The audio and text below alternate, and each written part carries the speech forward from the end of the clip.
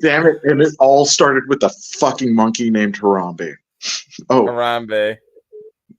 Long live Harambe.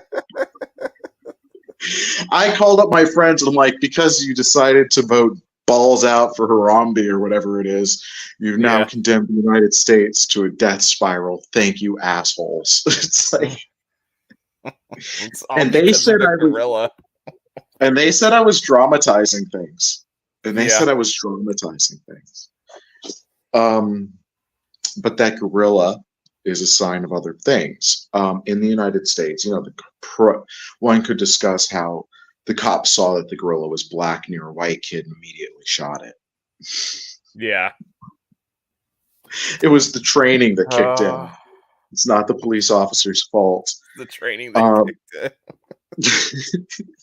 It's not his fault. He's stupid and violent. So, this brings me to this discussion on I will offend everybody on this show this evening, because we are going to be going full on doomsday conspiracy stuff. We're not supposed to really be not offensive, but we're also not. We don't go like over the top with it. You know. First, I'd like to, before I get too deep and I forget, I'd like to make an apology and retraction for something I said in the last show. I said I would turn Israel to a place of glass. I will not do that. I like my environment too much to pollute it any further. I would turn it into a giant luxury prison camp. Think reverse leper colony, where we take absolutely every fucking piece of shit Zionist Sabbatean that's been causing wars for the last 300 years. Yeah. Okay, so since I last spoke to you, did we speak about Sabati Zabai in your broadcast? No, we did not get into that one. But we did kind of jump the shark into, I think it was the first one. We kind of did. We dabbled in the Mr. Livingstone with all of his, back and forth, and we did talk about the Sabbath. John D. Yeah. Okay. So he edited. He's edited stuff out of his books, Livingstone. That's how I found your channel. Was actually looking for his discussions because I read one or two. Yeah, terrified. I put the stuff up on text to speech, and only so many people can get that, and the cadence and all that. But I'm just like, at times it's like sometimes your microphone goes in and out, and people can't exactly hear what you're saying. So sometimes it is consistent to have that consistent repetition. I know. Okay. Sometimes thank you for reminding me. Not natural, but I will not go to that corner of the room. Yeah. Robo voice. Just stay out of that corner. Yeah. All right. So this is how it goes. So we know that this is a trail and a line that leads to the current time that we live in. Now, is this the hand of God or is this chicanery? That is an interesting discussion of what brings one to question one's faith. So we will not go to that. But John was told by these angels that he has to fight the forces of the Antichrist. All right. John D, his signature was 007. Okay. He sets forward in motion, because of the prompting of angels, a series of events that lead to his son working alongside Sir Francis Bacon and Oliver Cromwell and a variety of other historical figures within the Rosicrucian movement to bring about an event to create the new Atlantis, North America. All right. This new promised land of the future where people will have strange customs and strange ways. And that in order to do this, that this would also bring together the bodiless head of the headless body of a nation, which represented Israel, right? And in this conspiracy, they these Rosicrucians came into work with a man named Ben Israel. He was the High Rebbe or something like that. He was very important, and he ran the first, like, what's it, Denmark, the place where Amsterdam, where everybody likes going to do drugs. Oh yeah, so, yep. Yeah. So he ran Amsterdam. That was where the first stock market was, like the Dutch East Indies companies and stuff like that. This had been created by Faust like a century before, maybe 150 years before. You might know Faust from the story of a guy who worked with the devil. Mm-hmm. So Faustian gamble. Yeah, it's a. Yeah, I wish I could still talk and rhyme, but maybe I'll do it another time. So devious chuckle underscore the so Ben Israel, everybody had to have their own. Oh, there was a prophecy about our people being there to legitimize this. John Dee had said that men with King Arthur had rode there on a boat and discovered the New World. The High Rabbi had a bull story about a tribe in Ecuador that spoke flawless Hebrew. That people made up. It's the time they thought that there were dragons in the ocean, Mm-hmm. Naturalism hadn't really taken off yet. Okay, the world's just been, it has barely been circumnavigated in modern times. And bullshit reigned. Yeah. If Tall you tales needed, everywhere. exactly. There's a city of gold over there and a fountain of youth. Yep. And, Constelia. Yeah. And all the people are naked and beautiful and smell good. And the food is amazing. Naturally, we ruined it. So, God, those poor people.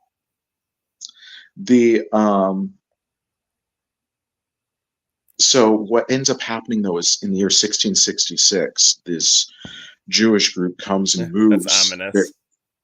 Well, it's chosen on purpose. So the deal is that the Jews would help create this empire that John Dee had set forth with a magical ritual, right? And that this magic ritual was to make a British Empire, which would then help facilitate the coming apocalypse that would allow for messianic prophecy to be fulfilled. Mm-hmm. So apparently there's like some kind of cyclical nature to this. Is this like dabbling in what they would call like British Israelism? I'm not sure what that is, sir. Oh, well, actually, it's kind of funny because one of the first guys I heard about it through was a guy I don't respect very much, and Jay Dyer. But as British Israelism, they basically think that the Israelites settled on the British Isles. Oh, that is one of the legends. Yeah. Okay. Yeah, that's the city of Londinium tries to claim that. All right, these certain blue blood families. The Queen Elizabeth believed that she was descended from the line of Jesus through the Merevangelians. By the way, I am descended from those same people. And Merevangelians? Yeah, I'm descended from the guy who was either the son of or brother of the first Crusader king of Jerusalem. Yeah, fucking cha-ching. That's pretty sweet. That's pretty sweet. Yeah, and I just suck my own dick some more. I found out that I did that once when I was a teenager. Never again. Got fat. Like Ron Jeremy's curse.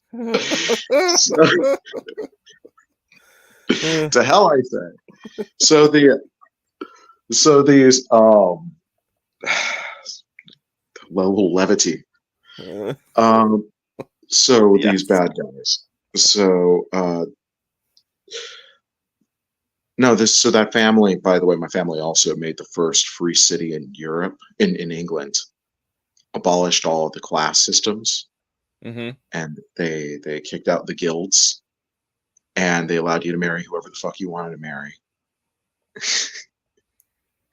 And so and they spread this because they had cousins. We had lords. We had members of my family who were in the House of Lords. There's a historical incident where some angry Irish peasants killed 160 people in my family all at once. And I mean, it wasn't all 160 of my family. Most of them were servants and house guests. They apparently killed a harpist with his own strings or something horrible. True story. That's wow. Angry family history. An angry mob one time killed my entire family. Holy shit. Well, you don't get that every day now, do you? Well, unless you count Dracula or some shit. Yeah, but that's uncivilized Eastern Europe. You're talking about this is Ireland.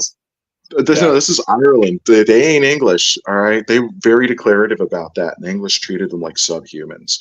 Yeah. And then the English lords like sat in their castles and got a little uppity and stuff like that, and totally detached from the people.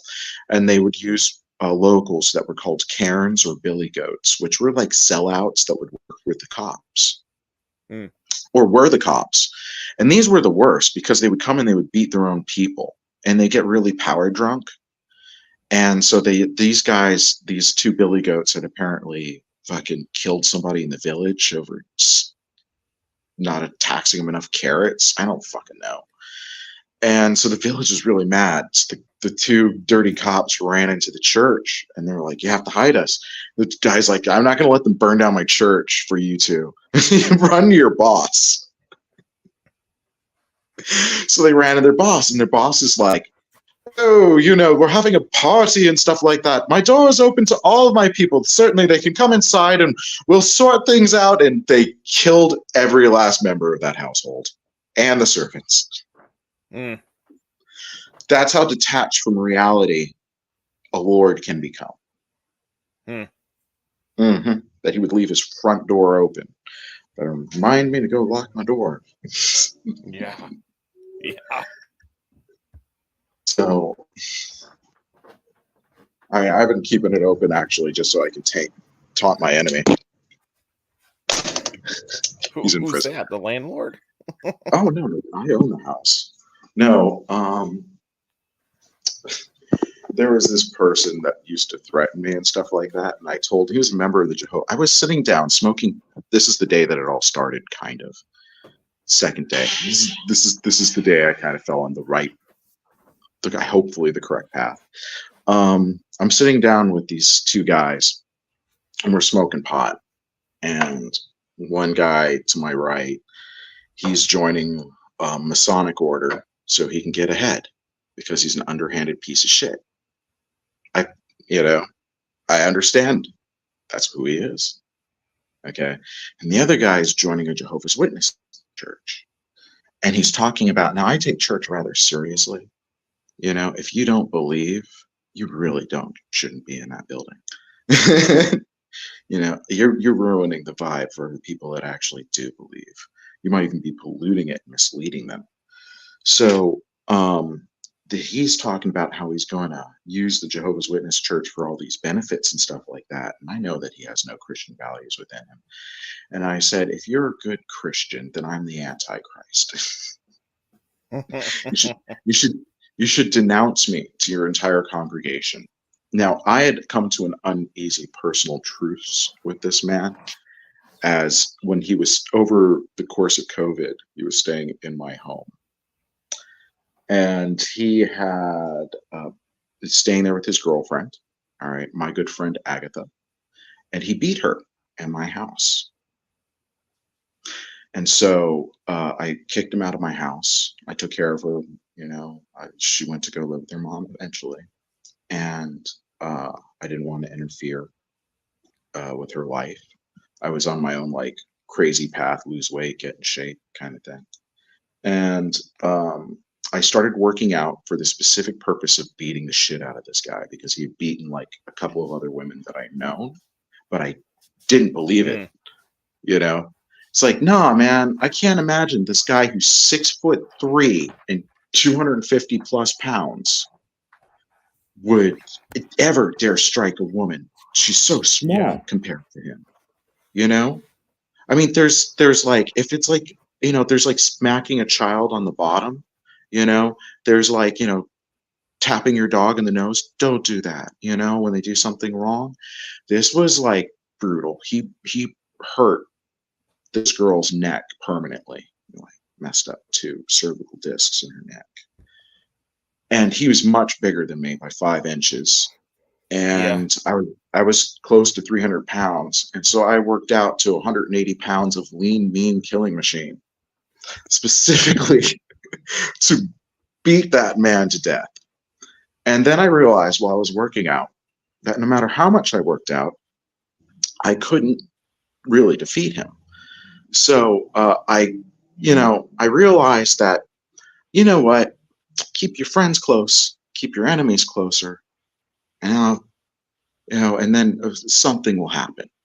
So somebody offered us a peace treaty, and I was like, sure. So I made friends with them again. We're sitting down, and I find out that he was trying to defraud this church.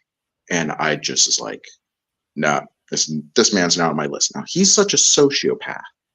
He's such a psychopath that I knew that when I defied him, that he would come and attack me. I didn't know how. I didn't know in what way, but I knew he would. All right. Now, to give you a sample. Yeah. Okay. Because this is what evil does. Evil wants to control. Evil wants to subvert, and evil wants to make you fear it and do its bidding. All right. Evil will search you out, it'll find your weakness, and it will feed that weakness so that it can make you subservient to it. Mm-hmm. Right. I come to find out in the coming time that this guy has 100 milligram a day Adderall addiction. Do you know how much that is? That's a lot. Yeah, that's 5 times the I think the recommended dose or more. And that's what he does a day. So this guy's jacked up on drugs. And I always wondered, I'm like, now I begin to understand, like, how the fuck does this guy make his living without having any money and without having a job? And I'm like, he's conducting crime or doing sex for money. That's the only thing. And then I go and I ask this girl, and she goes, I found pictures on his phone of another man's dick. And I was like, yeah, this guy's bitch. And she goes, he beat me because I found out that he was gay and cheating on me so he could pay for his Adderall. So I threw out the bait, right? I lured this person and then blocked this person. I know, I'm like, okay, a guy like this probably operates on Grindr. I'm like psychopathic, so I'll go online. I would make fake profiles if I have to. Oh yeah. Like you will. If you need to infiltrate anything in the 21st century, it's amazing. One of my hobbies was Grindr is now banned in Russia because I had the nasty habit of using it to find military bases and intelligence places online and just start messaging people in the building. That's one way to infiltrate. I'm such an. But I mean, that's like how people don't expect it. Like the people with those intentions that go on those things only expect those things. That they don't expecto me. Yeah, right. So have you heard an anecdotal thing in Russian media chatter about beware of psychic American wizards? That was talking about me. No, you didn't hear that one? No, I didn't hear that. That's hilarious, though. They were making fun of it on some one of those news chatter websites. You probably heard the guy's voice. It sounds like Casey Kasem or something. He chatters out like a brief synopsis of the news. It's woefully incomplete. And he mentioned that, and I couldn't help but laugh. My small bits of fame. So I taunted this guy, knowing that he would confront me, knowing that I would draw him out. And lo and behold, he did. So I'm in my van with a friend, and this van is a rockin'. And somebody threw a rock in.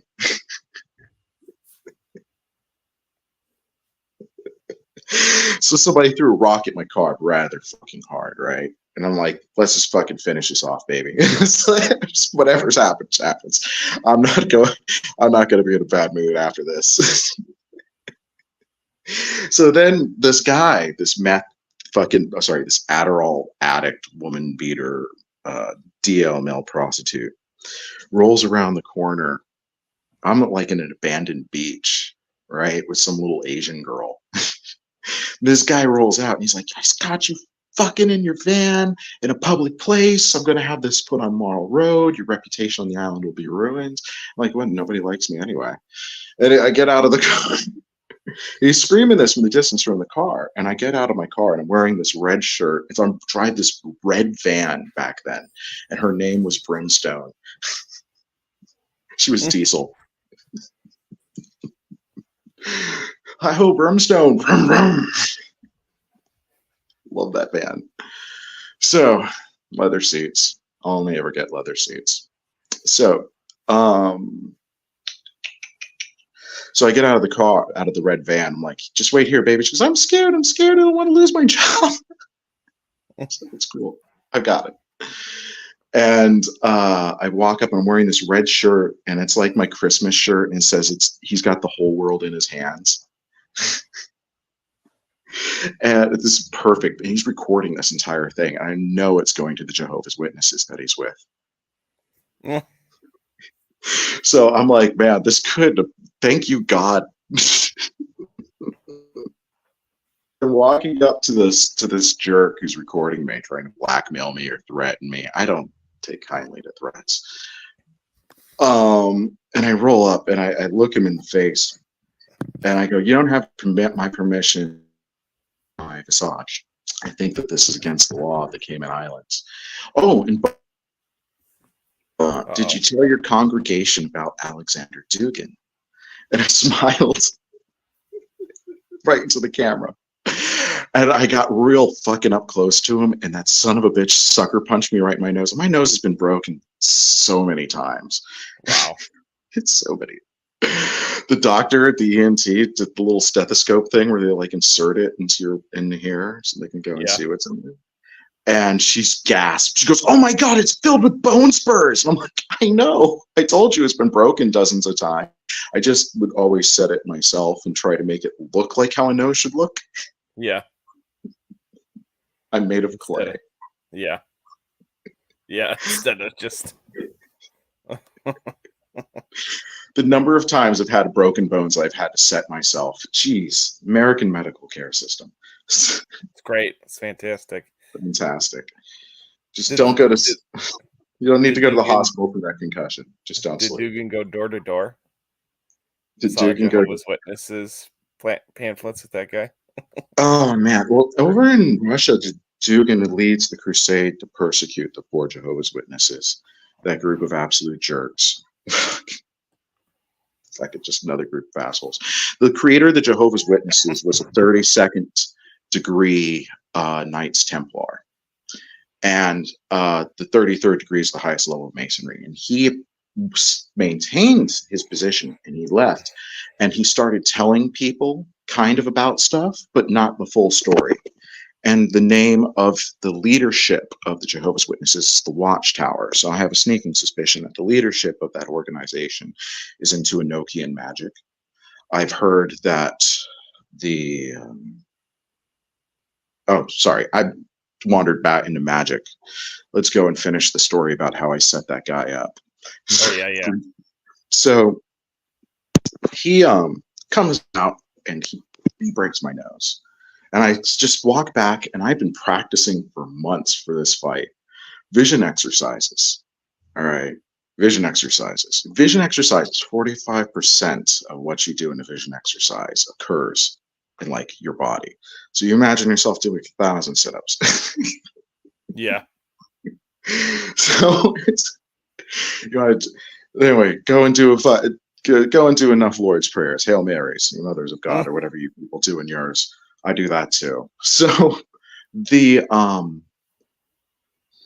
spiritually bench pressing the world.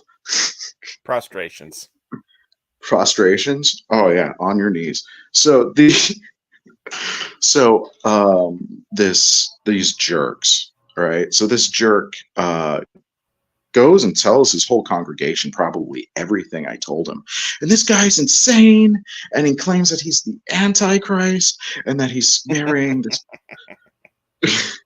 and that he's some kind of psychic or something like that on a mission from God. Psychic lizard American. It's like a Simpsons episode all of a sudden. I feel like this is straight out of like a Simpsons episode. Like you're just a bunch of congregation and you just rip open your bodysuit and you're a lizard. But you're a lizard dressed like Uncle Sam. No one saw that coming. No one saw that coming. I'm not a fucking lizard. Jesus Christ. you're just like you're in a skin suit. And they're just like, oh, okay. They're kind of like, well, I guess he needs to hear about Jesus now. Like, I didn't see this coming. They're not convinced. I am definitely a mammal, sir. I like lactation. Well, I would hope so. I have more than one orifice. I have more than just a cloaca. Pre-op, post-op, right? I don't know which one is the which. Which is the innie or the outie? I'm not really sure. Okay, I feel really, man. You know how much you have to hate your own body in order to mutilate yourself like that? So I don't hate on those people too much. All right. The real ones. There's a generous number of people, though, that are the real life victims of a psychological warfare operation. Oh, yeah. So the effeminization of America is just one more, like, kill off their best and brightest in war. Idiots don't go to war. If your IQ is below 92, the United States military does not want you. But you have a chance to be a police officer. No shit. In the United States, I was mentioning this earlier, I believe. In the United States, there's an IQ cap on police officers. The F-bar test, they do not accept applicants to get over a 72. Unless, of course, your families and the maids are already juiced in and get you in. Yeah. So this makes sure that people that are C- and D students become police officers. And with the concept of corporate culture that you hire people that you probably have a beer with, they're going to hire other low IQ, foot player, high contact sport, hyper aggressive, hyper masculine guys, which is okay because it makes a cool porno of them gang banging the canine officer while her cuck husband holds the camera. Wow. Another one. You got another one in. You just get those jokes in. Wow. The dog is also a lizard American. The dog.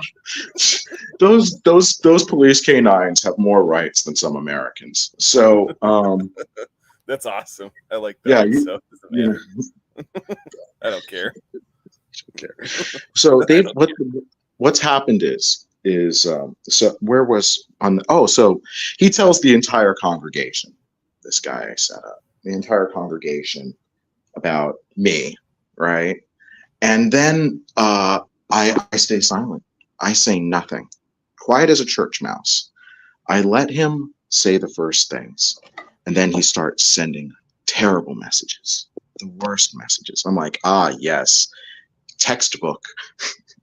Understand your enemy. You lured him in. Yeah. So he keeps threatening me, and then I start saying the really nasty stuff. And I go, hey, remember when you asked me to whip my, I brag about the size of my cock and whip my dick out in front of you and your girlfriend? I really felt the gay vibe there, and I thought that you would have sucked it. So that's why I kept it in my pants, by the way. I was just like, shit like that. Remember that time I turned you guys down for the threesome? Is because I was not digging you, bro. It was like the hardest attack that I could reach out and just Let me crush your ego. Let me bruise that. So this entity, this person who is possessed by evil and is a terrible drug addict and a terrible human being, who I hope that in his bottomless pit of despair eventually finds the light of God and repents. I don't really hope that he does, but I hope that he does. Yeah, you should. You should. I could leave. There's going to be. It's the Muslims say that when the gates of hell stop rattling, and all the souls are out, that's that's like the good thing. And I was like, yeah, that just sounds nice. All right, so all sinners saints kind of thing. Sabotage reference. So the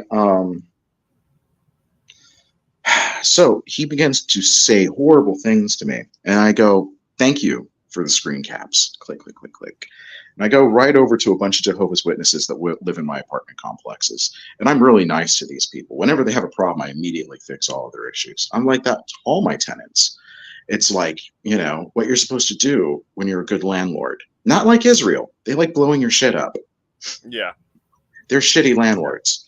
Would you want looking at what Israel's doing right now to their tenants, do you want them ruling the world?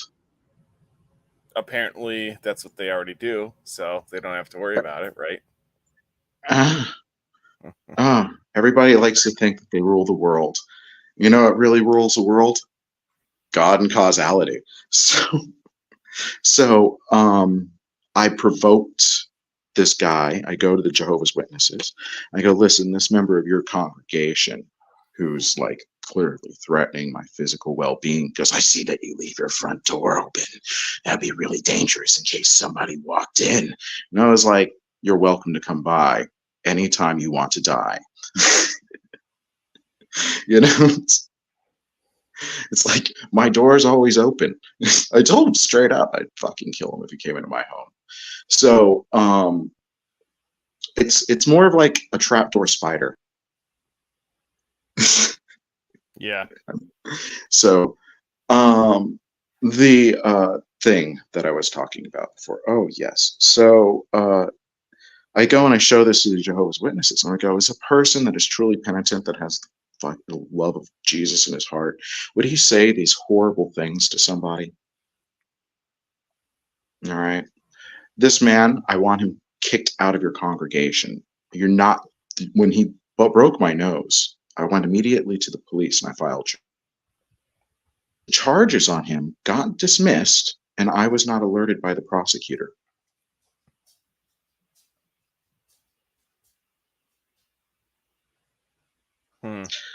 Yeah. So I was like, I knew the Jehovah's Witnesses because they have their own influences within their church and protect members of their congregation, had most likely used some of their, he's penitent. Resources. Yeah. And that other boy is a disgusting, evil sinner and insane. Yeah. So when I came over and I'm like, hey, check out your boy over here. And then the Jehovah's Witnesses I guess forsook him, because then when he was out getting drunk and he hits this poor man on a bike and kills him. And so now this man's doing 7 years in prison. If he had just taken the charges for breaking my nose, he would have gotten 3 months. Yeah. Instead? No. Instead, he wanted to double down on the evil. So, really this just be a dick. Yeah. So that was me doing a rather intricate setup to get a person that deserved to get.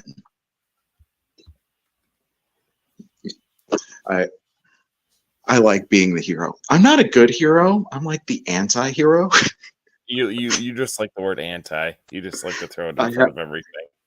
I have at times told one person that spoke to me in a manner I did not like, I would skin his children alive, cover them in salt, and make him watch. What would you do though? Would you like put him on antifreeze? I'm a vegetarian. I couldn't do that. Would you put him on antifreeze though? Like just so their bodies don't freeze, you would just be like, hey, just for shits and giggles, antifreeze. Because I like antifreeze. That's terrible. You gotta go. You gotta go with the whole anti thing, I can't. I promised myself that I was going to do this without violence, because it's kind of pointless if you have to do it with violence, right? It's like rape. Yeah. What there was some jerk saying, "Well, Jesus was so strong. How come he just let himself be killed on that cross?" And it's like it was a sign of strength that he didn't kill all of us and retort. Yep. Constraint. Yeah. Self-control. Yeah. What's Power. the next time that he comes around, he's going to kill us all. It's like, well, oh sweet Jesus, I'm so sorry. I'll take my punishment. That's why I love those coexist memes where the sword's cutting through all of it, and it's just the famous line: "Does it come to bring peace but a sword?"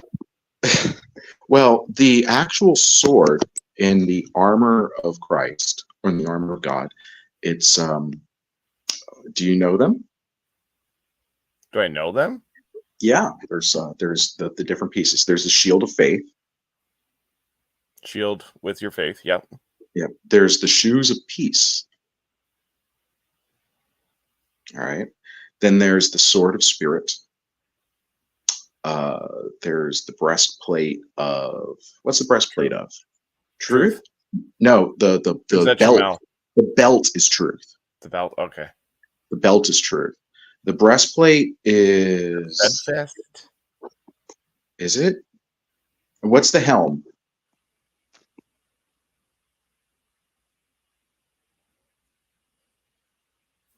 I did have like a description of it somewhere.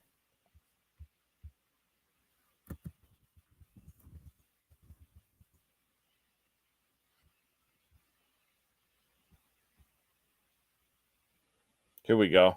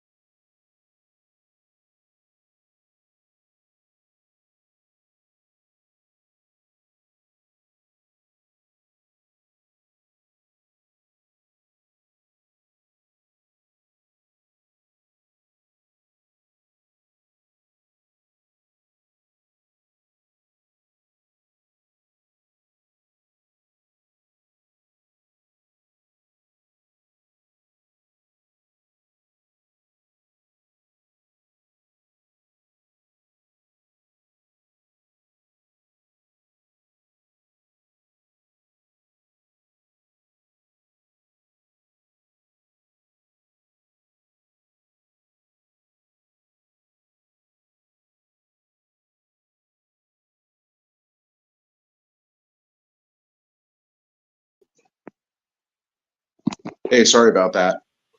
Whoops. I'm back. Okay, we cut off at Armor of Faith. We did. I sent you a message. Okay. So, it was a sword of peace, the belt of truth, the breastplate of righteousness.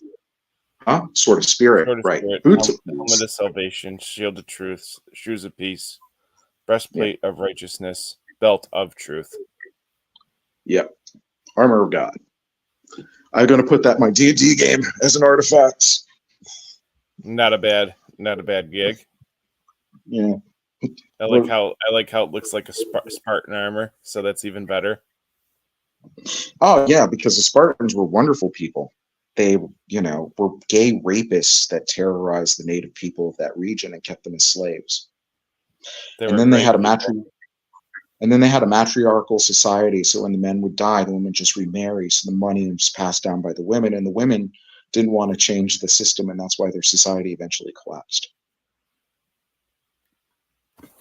So there's the fiction that we have of the Spartan Empire, and then there's the reality of the Spartan Empire. There's history is fictions. So, Bati Zabai. Let's get back to him. So, City of London, those guys make a deal so that their city, the City of London, is like an independent entity. It's where the first guild hall is, the first Masonic Lodge, Wall Street, the central bank, there. And everything else is like a franchise. These guys working alongside other conspiracy groups, one of them being this Jewish cartel underneath Ben Israel, make an agreement that they will restore the nation of Israel. In exchange, they'll make the city of London the center of an invisible empire. And they will fulfill God's will, all right, and restore the temple of Solomon and bring about biblical prophecy. The third temple. Yeah. They've been obsessed with that, as also in like one of the things is like in the Ukraine, and also for the longest time, of course, in Israel. Yep. Why would they put it in the Ukraine? Because of them getting rid of the church. Yeah, the Khazarians, and them getting rid of the church. The church. That's one of their aims. Holy shit. Yep. Yeah, I guess there's going to be the temple that we see, and then the temple that we don't see. Yep, because they want to obviously wipe out orthodoxy, so they want to persecute the clergy, and that's the first step, basically persecuting and getting rid of the clergy and getting rid of the faithful, and then installing a new temple. Okay, James. Going on about the forces of the Antichrist bringing about the apocalypse. So Zabai heard what was going on and was working with the conspiracy of the Jesuits. Who had recruited him to be their candidate, as they had learned about the plan to bring about the end of the world from John Dee, his own lips, under the instructions of those angels. Causality. All right. It's a series of dominoes. It's unavoidable. It's God's will. God's will is pretty fucking cool. It's terrifying. So, but you have personal choices while these things are going on, and these personal choices have binary outcomes. The result that we're getting now is due to a series of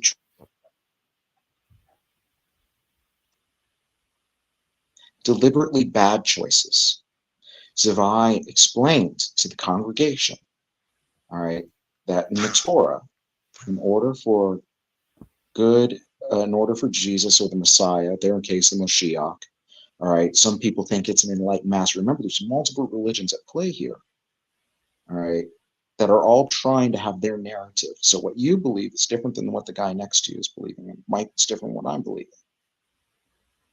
You got even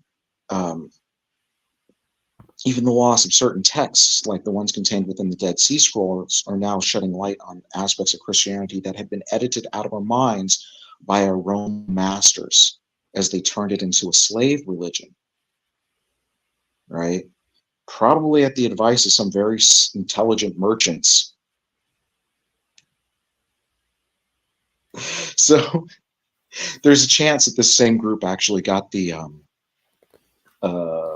Mongolian Empire to collapse and not go and do the oceanic fleets. You know, it's a good idea.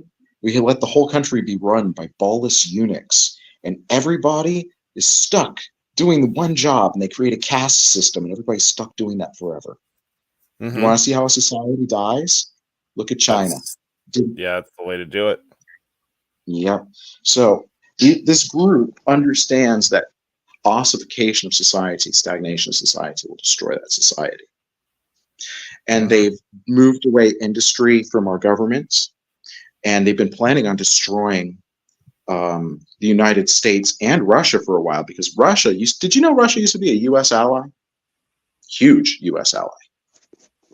When? Oh, the American Revolution. Russia lent us aid so that we could have our revolution. And that was probably because the Russian czars had been informed by Arthur D. what was going on, and they knew that the Illuminati were at work in France. Probably most likely detected by Peter the Great. Yeah. He was no fool. Yeah. I'm fucking super genius, man. Fucking piece together history. It's like, something, this looks like this would have been this. Yeah. So, yeah. Can you imagine when Peter the Great got invited to an aristocrat party from after he'd been working in shipyards over in Dutch East Indies, or for the Dutch East Indies Company, or whatever it was. And he's working in shipyards, and he's luring away engineers to go to Russia. And somebody in his court let it leak to rich aristocrats in the area that he was there. And he's like, fuck, you've ruined my infiltration mission. That's history. So he ended up building his navy with those people, and he built St. Petersburg with those people. That's why it's a beautiful, like, Dutch city. So Russia had helped America during the Revolutionary War and during the American Civil War. Remember, Abraham Lincoln had such good relations with the Tsar that the Tsar sold him Alaska. Yeah. So America, it wasn't until the banker-financed communist Bolshevik group that were all secret Sabbatarians went in with its millions of dollars in an Edward Bernays psychological warfare operation to go and turn Russia into communism. Kill the czars. You'll never be able to listen to the song Sympathy for a Devil without realizing that they're talking about a real person. By the way, the name of that person may have been Basil Zarahoff. Have you ever heard that name? Indubitably, my dear Watson. Yeah. Basilzarahoff.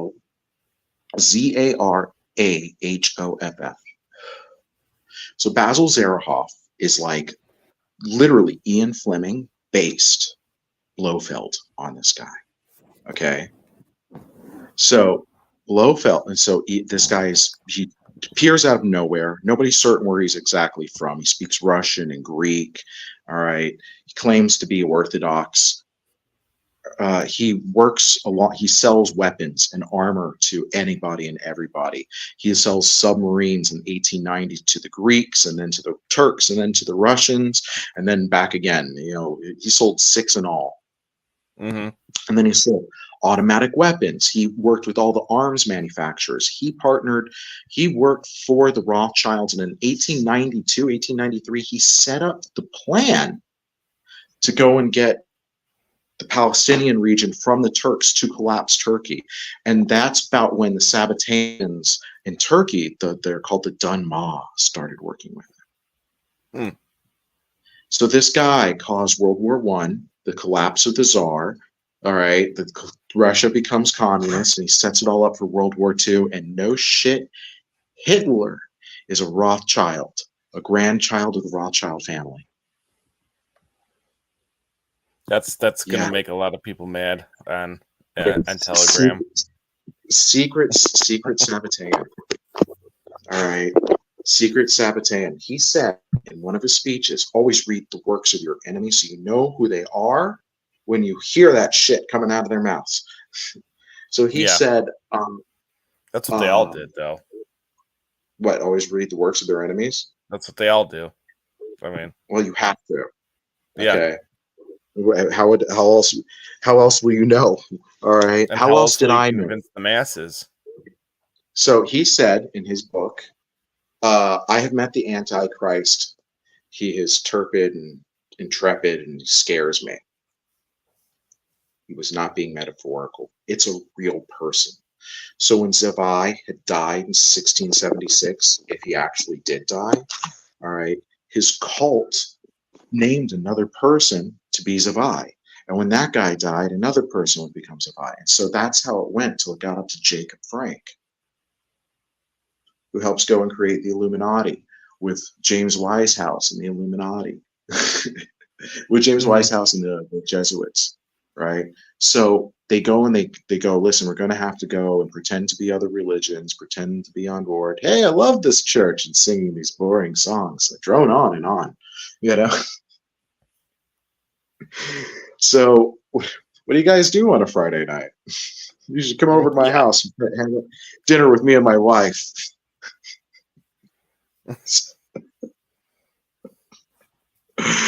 So this cult went out and they started recruiting people. And you got to understand, James Frank wasn't just some guy who had compounds and called himself a cult leader.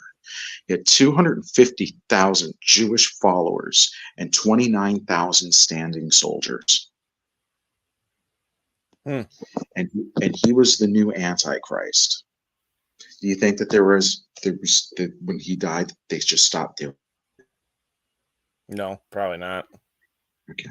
So they're the central bank now, right? They ended up eventually taking over the central bank from the other group because they were really, really good at playing dirty pool and very well networked. Evil's industrious. Yeah.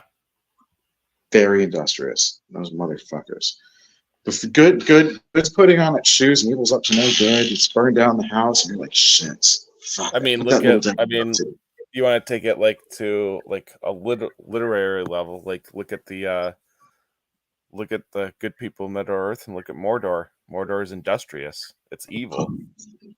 It's maniacal. It's destroying everything that is beautiful to build ugliness. Well, they're Mordor. Okay, the destruction of the American industrial complex was done by them intentionally. All right, the destruction of it, yeah. These assholes are linked to the American Civil War, slavery. There was a thing called the Golden Circle. They used Masonic lodges. Poor white trash are like the favorite useful pawns. I mean that. If your Telegram account takes offense to that, I'd say read a book that I fucking recommend. Any book, like, doesn't matter. Just any book that I recommend. No, just keep reading. I would suggest. I would always suggest A Mind for Numbers. That's a very good one. Imitation of Christ is another great one. But I'd also say read. If you get through those things, I'd give you the suggestions for the magical reading. But you have jerks on Telegram, so I don't know if they're going to be up to it. They don't like to read. They just like memes. Who's this guy going on about the end of the world? They've already turned me out. I'm telling you what, if somebody can listen all the way to the end of this fucking thing and pass a test, I'll give you $100. Wow. Somebody. Yeah, there. That proves that to this. Anybody. If they've gotten this far in, they deserve it. They'll have to prove it in the comments. Yeah. Fucking Q&A, man. So fill me in on something I don't know. Like, here's the $1 million question. So I provoke this. I started going out once I realized that there's an Amira. I'm like, fuck. James Bond 007 was chasing down Blofeld and Spectre. John D. 007 was chasing down the forces of the Antichrist and the Army of Darkness. Mm-hmm. So the people that work with these guys are the black nobility of Europe. Have you ever heard of them? And the Black Pope. Yep. Okay. The Black Pope is the leader of the Jesuits. The black nobility of Europe are like super rich, Jewish, Venetian families. They're married into a whole bunch of others. There's a variety of these strange Masonic lodges that exist as well. Cults, hidden societies. Who knows how much of it is actual true belief? Yeah. Who knows how much is actual true belief, and who knows how much is just fucking fluffery? Yeah. Mm. Yeah, as always. I'm allowed to break my fast at night just to drink this. Oh. Your face said it all. Looked delicious. Was that like everything is that body reptilian needs. Slop? It is you drink reptilian goy slop. Fuck you. It's pineapple from my garden, cherry tomatoes, spinach, cucumber, and green apple. No skin. Ooh. Yeah, and blend it up, and it's rather delicious, and it's like, because it's pre-masticated, your body will absorb more of the micronutrients. When you take a shit and a bunch of lettuce leaves come out.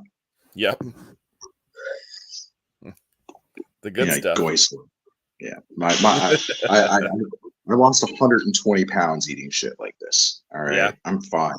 I'm fasting right now, except for this thing.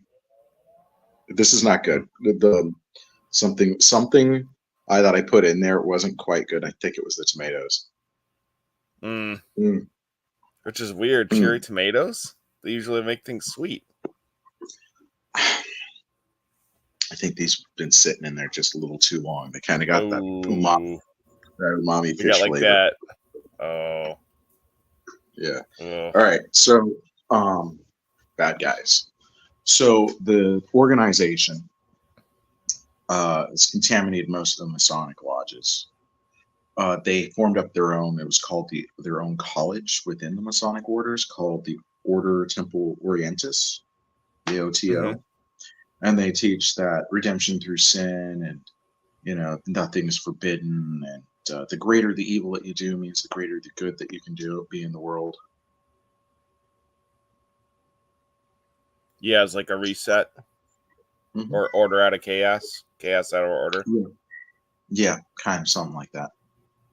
So the Sabbatans, Zavai taught that you have to make the whole world good or evil in order for the Mashiach to come forward, the Messiah, Jesus, Enlightened Master, Buddha. Fucking take your pick.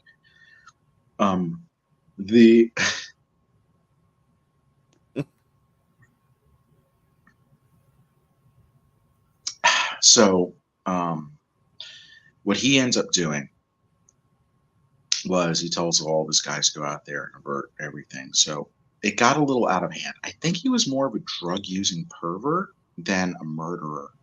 You know what I mean? And cannibalism at some point started happening, maybe. Wow. And there were really 250 network. There are 250,000 of them, at least, at that time, 300 years ago. I don't know how many of them there are right now. But that could have been even more, because they had membership throughout the Jewish community. Half the Jewish community of Europe became part of this guy's cult. So this is where it gets really, really fucked up. So I mentioned Basil Zerahoff, right, and how he's helped cause World War II, and helped put Hitler into power, who was a Sabbatean. Now, Germany in that area is like the center of Sabbatanism, right? And they were the ones in power. Mm-hmm. And have you ever heard of a thing called the 1936 Zionist Congress? Bits and pieces of it, where they like to this is where like the alt-right likes to put it into perspective where, you know, it was such a damaging thing against Germany. It was the war on Judea, where Judea was boycotting German products. You've been fed misinformation. Well, yeah, I know, but I'm just saying that's where they like to go. That's where they like to take it. All of these things have been misinformation that has been fed to us, as much as they've altered the history books to leave out the landless royal family that helped create America. Taste that freedom.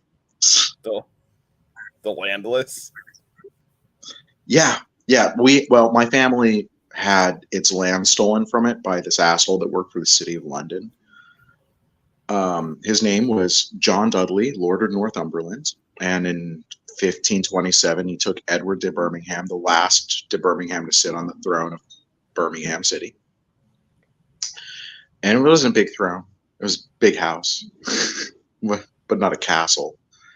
It had a tannery right next to it, so it smelled like shit all the time, but had a really nice rose garden.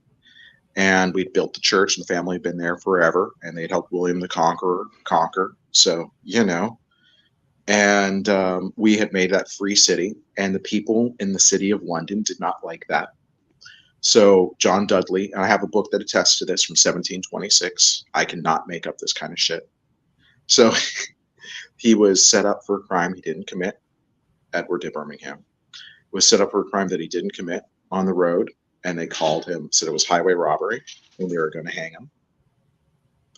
And he asked, don't I get a trial? And they're like, well, you believe in an egalitarian society where we're all commoners.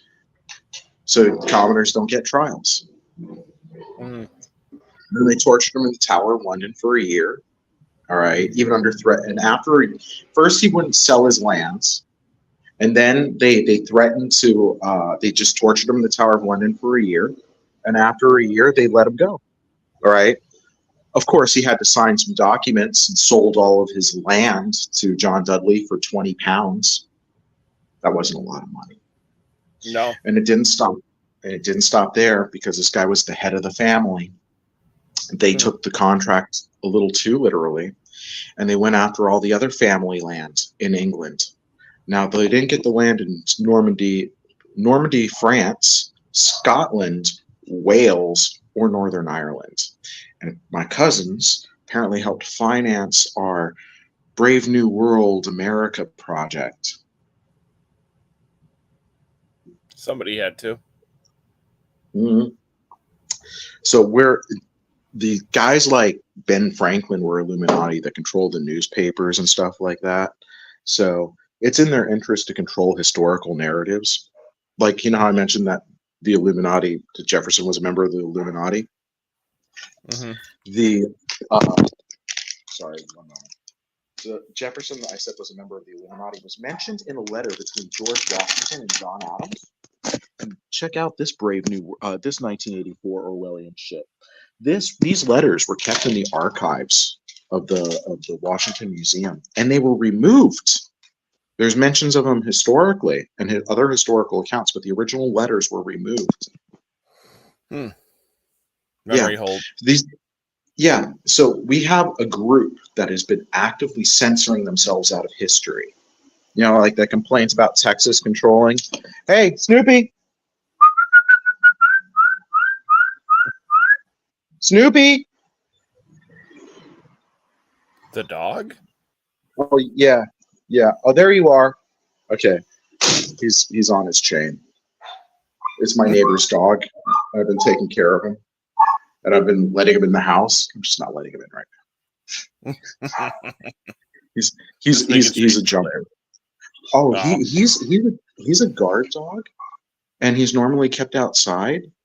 And he got out today, and I'm not letting him back in the house for a bit. And he saw that I was here, and he's like, "Oh my God, get me off this chain and let me back in the house." It's like, sorry, bro, not right now. What kind? Oh, he's a mutt. He's the dog. The dog's like terrible. The poor beast. Its owner kept it. I mean, it was raised to be a sweet dog, but its owner keeps it on a chain outside It's hardly ever brought in. It was never socialized with other dogs. It was never taught English or any language. So it only knows the word sit. That's it. It doesn't know the word no, I'll tell you that. It's a beast. Yeah, it's a beast. Yeah. Ignorance is the mark of the beast, my friend. Or just the mark of a dog who only knows sit. No. I mean it. Ignorance literally is the mark of the beast. It's a riddle. So, what is the mark of the beast? Is that why they call it bliss? Ignorance is bliss. You can just go off. Your mind just travels nowhere. So, in when you're Jewish, bar mitzvah when you're 13 and stuff. I did it, I think, when I was like 30 something. And you read this passage. I didn't even know what the words meant. I was helping some people out for like their New Year's shit. The passage says, "You will keep God in your head and God in your hands at all times." So they take it a little literally, and they bolt like a box with the scroll that says that on themselves when they do that. It actually means that you should be thinking about God when you do things, keeping it in your hands so that you can do the Lord's work. Mm-hmm.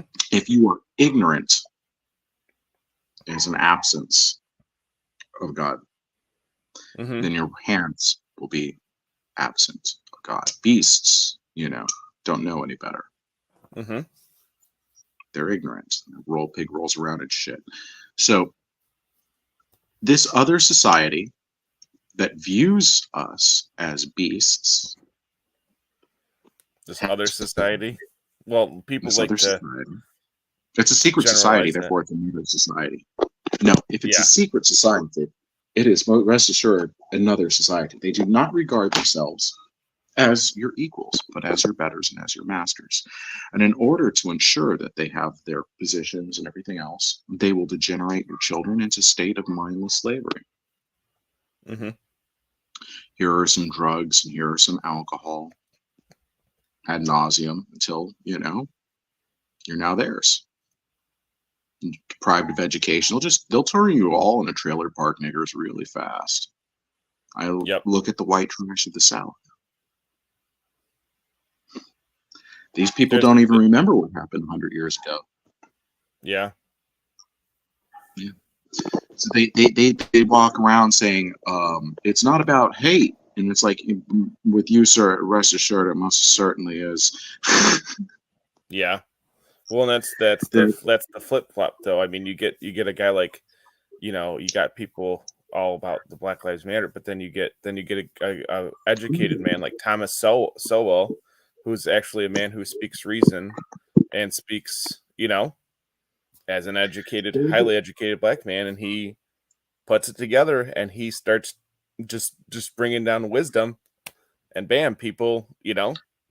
Do you know who the Black Hebrew is? Do you know who the Black Hebrew Israelites are? Yeah, I'm familiar with them. They were at the January 6 riots, and rest assured, they were at all the BLM riots too. Of course, they were. They are an accelerationist group. So what they do is they're very aggressive. They were stoning peaceful Haredi Jewish people, which are the nicest people. They're for trolls. them. They start fights. So when we were watching this BLM, there is a problem with the police departments in the United States. Rest assured. Well, yeah, of course. The police union's working with the CIA to smuggle drugs across the United States to poison our own people. Nothing to see there. Don't worry about nothing that. To see there. Nothing to notice about the field of heroin in Afghanistan, or how we've been going to constant wars and putting ourselves in debt to people that have. My thing is, we don't owe those motherfuckers anything. Do I owe you money if you've set me up? No. Oh, your leaders did it. The leaders that you controlled? No, I don't owe you any money. All right. It's just funny on how there's just that carrot dangling everywhere. And every time you take a bite of one carrot, another one's going to show up. And maybe that's a bit of a different than the rabbit hole analogy, but you get it. Rabbits and carrots. Will get you out of debt. Maybe this one will get you out of debt. Yeah. No. What are you talking? Like gambling? So they've been having us. Okay. So they've been this group has been, I mean, it's desperate. There is a hierarchy. There is a capo, there is an organization, and there is a taxation system, and there are kick-ups. I know the City of London, they stole 45 million pounds 15 years ago, pound sterling, from my family.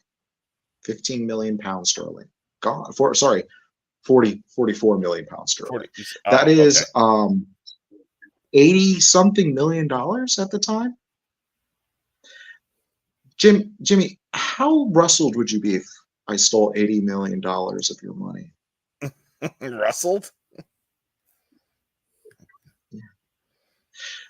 So my uncle, who's like not in good condition, he's dying right now. He asked me to go and get these guys that stole from him, and we tried our best. We asked Scotland Yard to take the case. Scotland Yard said once it got up to the London charity scene, we couldn't follow it anymore.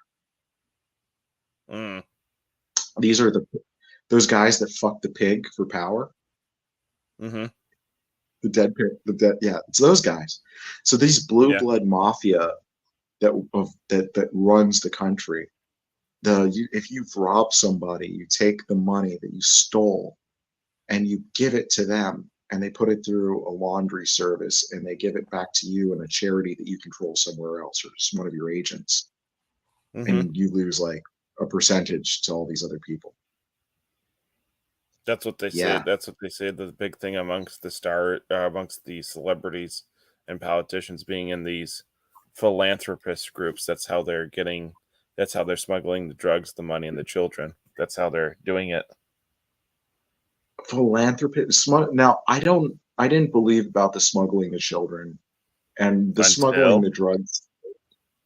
And the smuggling the drugs thing, the CIA has like probably a fleet of private jets. Oh yeah. And the kind of things that don't get searched.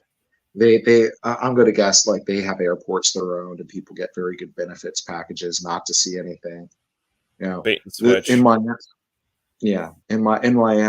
the none of the cops were arrested that were found in that FBI investigation that was working with Southern Command to smuggle all those drugs. No one was prosecuted.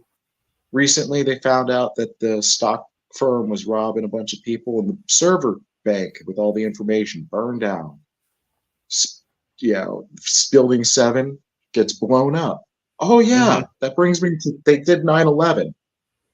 The Israeli Mossad set up 9/11. The fucking hijackers were totally incompetent. The planes were probably drones. There's an interview with Michael Aquino before he died or disappeared. We don't know what happened to him. Yeah. All right. And he says, he spilled it, and he goes, there's like some warehouses down in Florida, the Panhandle area. They're all military owned. Everybody on base does, black ops. The jets were landed down there and either dismantled or rebranded. Their items changed. So in the Pentagon, oh, this gets even darker. In the Pentagon that day, there was a what do you call that? A able danger meeting going on. 5 areas in the Pentagon, right? The one that is abandoned for construction has a skeleton crew of people inside of it that got hit by the plane. Not only that, it gets better. The people that were meeting in it were an able danger group that were doing an investigation on about 60 with a 0 missing nuclear warheads, both American and Ukrainian. Oh, just missing. Yeah. So the group that set up 9/11, that's able to make planes disappear, all right, make people on those planes disappear, and crash the buildings, kill a bunch of people in front of us, blow up Building 7, clear internal detonation, all right? Yeah. All right. Yeah. I mean, it's absolutely... It's on video. It's on camera. Like, they can't... The Mossad had agents in the area surveilling the fucking 9/11 hijackers. And the Mossad had people this was a group in New Jersey. that were there to film they termed it the events in Manhattan. Yep. All of this, Itzhak Rabin gets killed. Ariel Sharon comes in. Ariel Sharon's like, I don't think we should do this. They kill Ariel Sharon. Yeah, Benjamin Netanyahu comes in. Benjamin Netanyahu is connected to this entire Mossad operation to bring this shit about. There's a recording of him from 1990, or transcription of a recording from him in 1990, talking about how they're going to cut America up and bleed it out because it resisted them as punishment for it resisting them. Yep, he did the same thing with all the people railing the left about them being pro-Palestinian.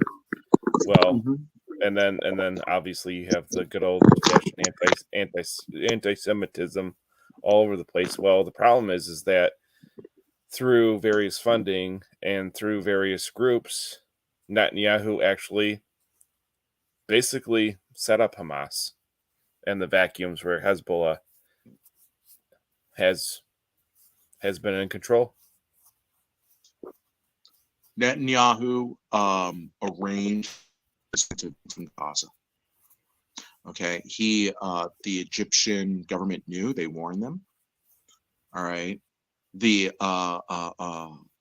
Israeli military has people in Hamas's leadership. Oh yeah, double agents.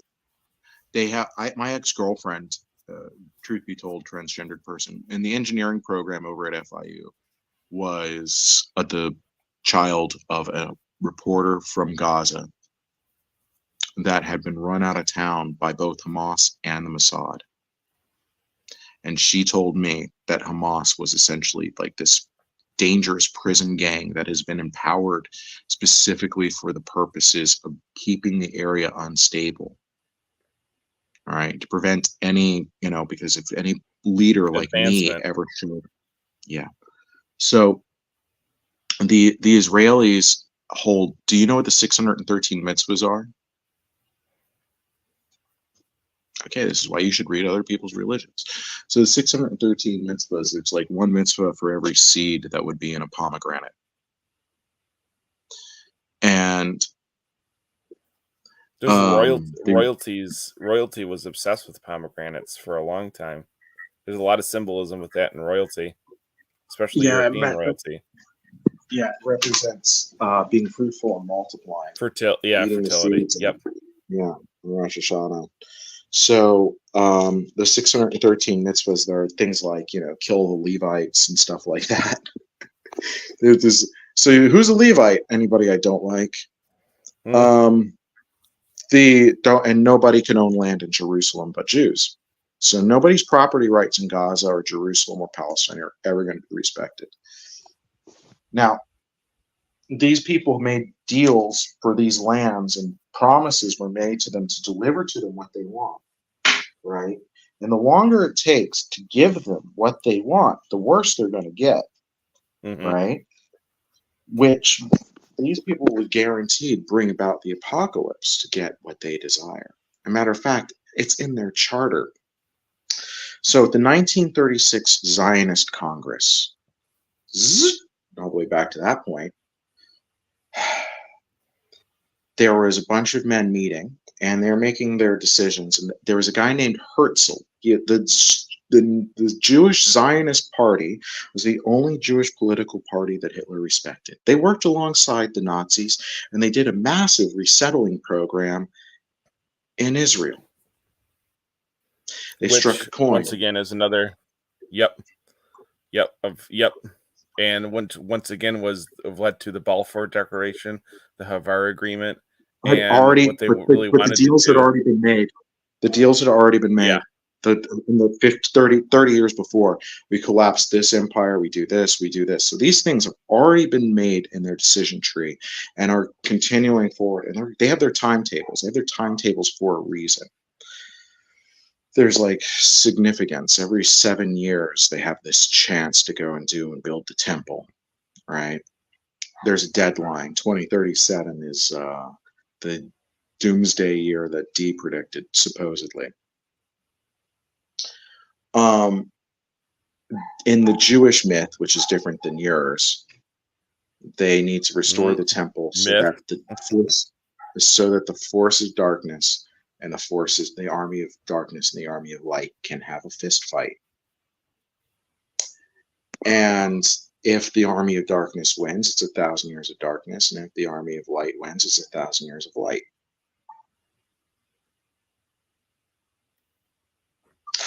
So,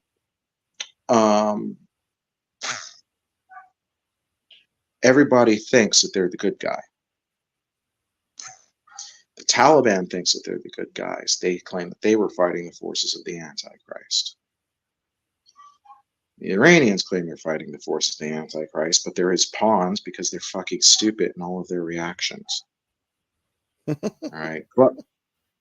But the United States, even if they disarmed, the United States government would still create provocations to attack them, as we can now see. These people will do fake shellings, fake assassinations, fake terrorism. They'll find kids that are mentally unstable on the internet, provoke them to do stupid shit. I found one of these cults was influencing the school shooters. Yep. Right. These are destabilization. There's a laundry list of that. Yeah. So in the 1936 Zionist Congress, there was a guy named Herzl. I'm probably mispronouncing his name.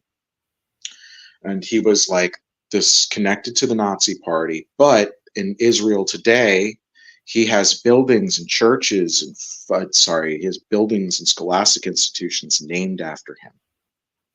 Mm-hmm. And these are his own words. We only expect 2 million people to survive the camp, but they will be fit for purpose. Yeah. I mean, and it's really like sensitive where people on both the alt-right and the people who want to go, you're anti-Semitic.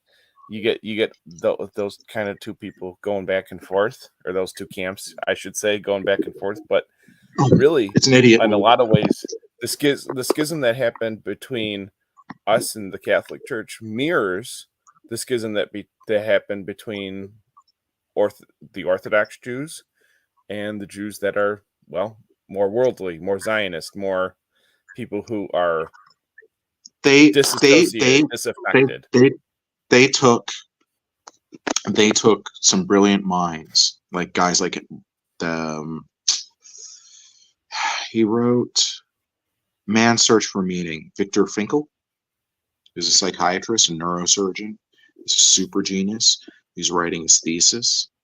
And they took this man because he didn't want to immigrate to Jerusalem, and he didn't like the Sabbateans, and he didn't like what they were about. And they ripped his thesis from him, and they threw it in the trash. And then they put him in a work camp where you were given you start off with 13 people, you get food for 12. And they pay you in cigarettes, 1 cigarette a day for labor. And you can trade the cigarettes for soup to your guards, who are big Jewish guys who will beat the shit out of you with a nightstick. And the guards would trade you food that they had an abundance of in exchange for that cigarette. But if you decided that you wanted to die while in the work camps, you could always just start smoking your cigarettes. They did this to their own people. And in Viktor Frankl's own words, the best of us did not survive the camps. They did that to your people, they did that to the Jewish people, so that they could turn them into monsters like them. All right, look at what these people will do to you. It's like, look at what any person would do to another. They hired Hitler, who is a member of the Sabbatean cult. Stalin was a member of the Sabbatean cult. All of them. Churchill was a member of this cult. This is a game to them. So the song War Pigs, when you listen to that, will be telling you a little bit. Yeah. So Ozzy Osbourne was in Black Sabbath. Yeah. is talking about the Sabbatean cults. War Pigs is talking about World War I and World War II, and this is them. And what did they do? They made him rich and gave him a lot of drugs, and then he married some Jewish girl, had some kids, and forgot about it. Who? Ozzy Osbourne. Ozzy? Oh. Yeah. I thought you meant Churchill. I was like, wait a minute, what? Oh no. Churchill died fat, old, and happy. A womanizing evil bastard to the end that would starve and murder innocent people so that they can go on. Yeah. The reasoning behind all of this that they did was they wanted to provoke the appearance of a magic man. The cult's ultimate end is to make Magic Man appear. Then Magic Man has to fight other Magic Man. So,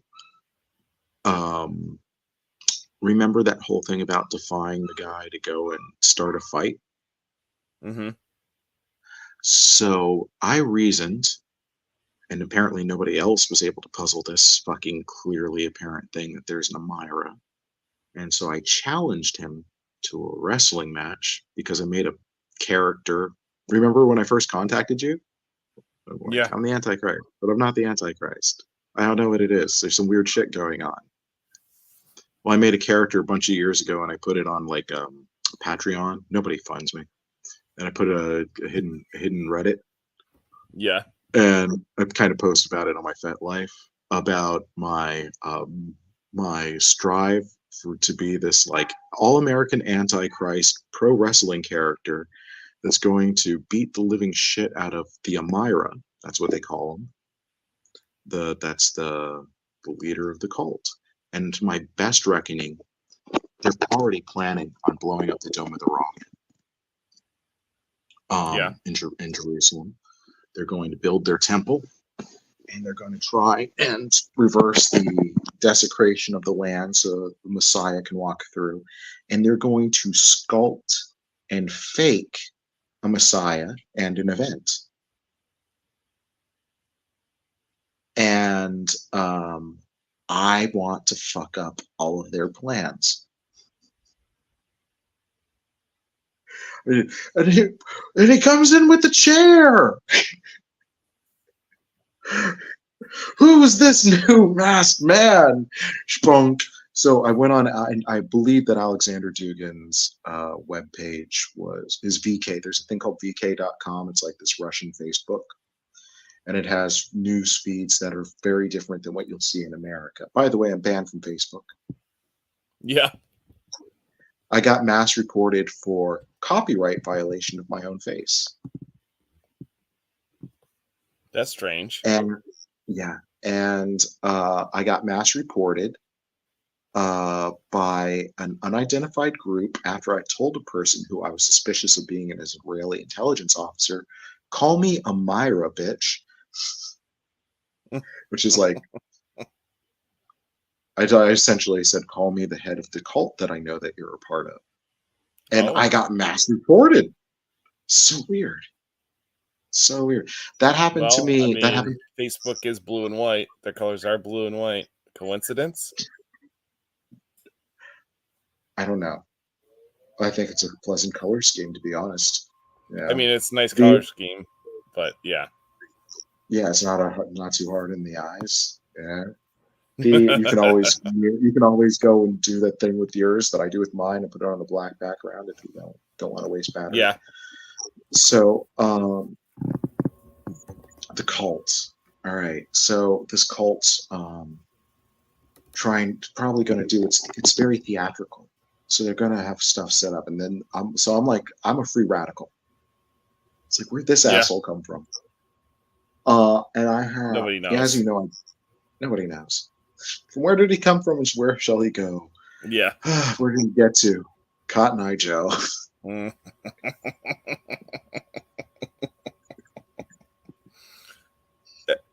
Existential, though. Those are existential lyrics.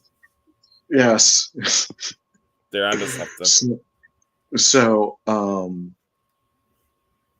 I went on to Alexander Dugin's webpage on VK, and I posted, and I said, hey, tell the redheaded bitch that I'm guessing he's redheaded.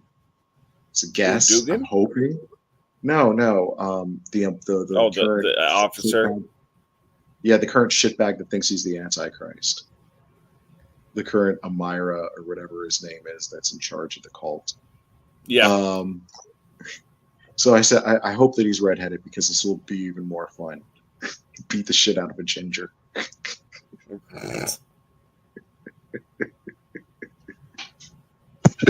So I'm gonna whoop your redhead. I said I'm gonna whoop your redheaded ass, and then I'm gonna on in front of the whole world, and then I'm gonna chuck you into the fire instead of the cow, because you're the The red unburdened heifer. beast. Yeah. You're the unburdened beast that I was looking for. You know that motherfucker's never done a day of work in his life. Probably you not. know that he's it was one of my friends remarked when he shook the hands of the King of England. He goes, he had the softest hands I've ever touched. Like, it was like, wow, that says a lot about a man. Yeah. Yeah. If my king has the hands of a woman that can give me a hand job, it's no king. There needs to be some calluses. There needs to be some calluses. We just got. I need more Jergens. So anyway,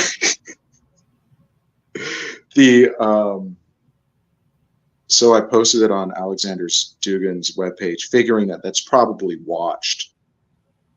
Dugan's? And then, oh yeah, yeah, oh yeah. So then his page is probably so freaking yeah.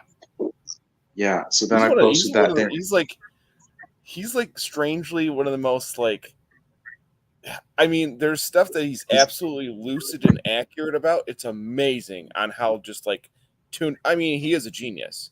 He is. And then he starts spitting out, "The world shall burn and fire shall raise." And then comes the like he literally is Ozzy Osbourne. Like he's like, oh, you know what? You know, it would be really cool if I could just reconfigure some Black Sabbath lyrics into whatever I'm doing, and just let's do that. Yeah. Okay, that's Dugan. Gotcha. Well, but you have to take this into account too. He is also Russian, so that makes a lot of sense. Russian people, Slavs can get dark. Like they can get dark. Like their mythology. I mean, some of it is, it's a lot. They were one of the last Christianized places. Well, that too. Yeah, outside of the heart of Africa and shit like that, you know. Yep, the Slavic East. Yep, the Slavic East was one of the. Well, it was a crusade that nobody spoke about. The people were slaughtered and burned. Yeah. Yeah, it was bad. Well, the Kiev Rus and the Khazars, and then you had obviously the Turks. Always the Turks trying to rain on everybody's parade. They're always turn everybody into slaves. I love everybody's shit. The Turks are jerks. All right. Well, how's it go? Okay. You know what a janissary is? Well,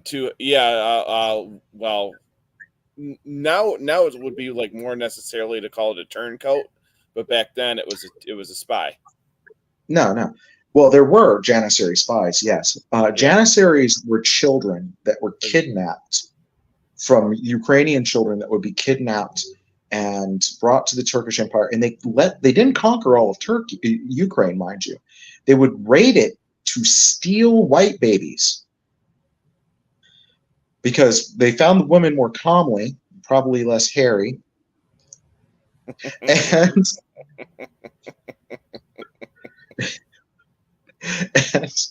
accurate, probably accurate. And if you took these kids and you raised them in a strict Muslim environment and brainwashed them, when they grow up, they would be your soldiers and spies and your bureaucrats, creating an interesting two-tiered culture where there was this ruling Ottomans, and then they would have their own private army, and then they would have an army of janissaries, and then those janissaries would also be like, you know, your administrations, and there were strict rules on breeding that were kept on these people. It was slavery, and that's what Peter the Great liberated the Ukraine from, was this slavery to the Turks, right? And this is why I feel that Crimea and all that other land belongs to him, and just because Stalin, a member of the Sabbatean cult, decided to sign away that land over to his people. No, Now, sorry, bro. Uh-uh. I'm with Russia on this one. Eastern half goes to the people that liberated the slaves, not to the people that want to keep them in slavery. So, um, but then again, Putin wants to keep them in slavery too. Slave. Where's If that? you have any, yeah, That they're fact?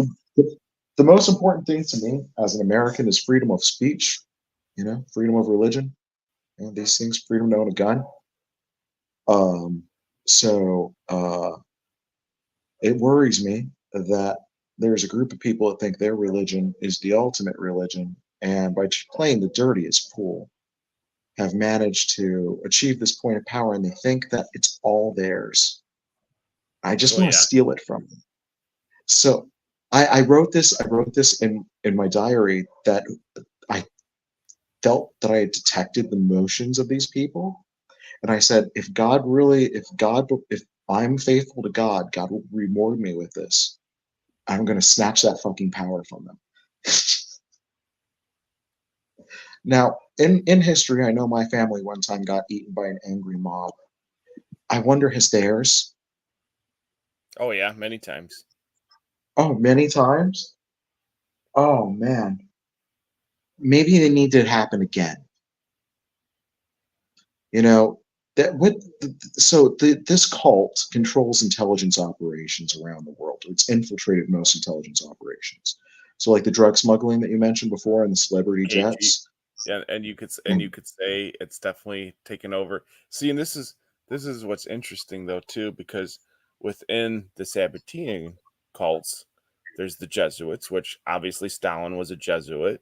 Obviously, a lot of these I did high not rank. know that. I thought that Yep, he was an Russian Orthodox. He was a Jesuit. Holy shit! 110%. He was a Sabbatean motherfucker.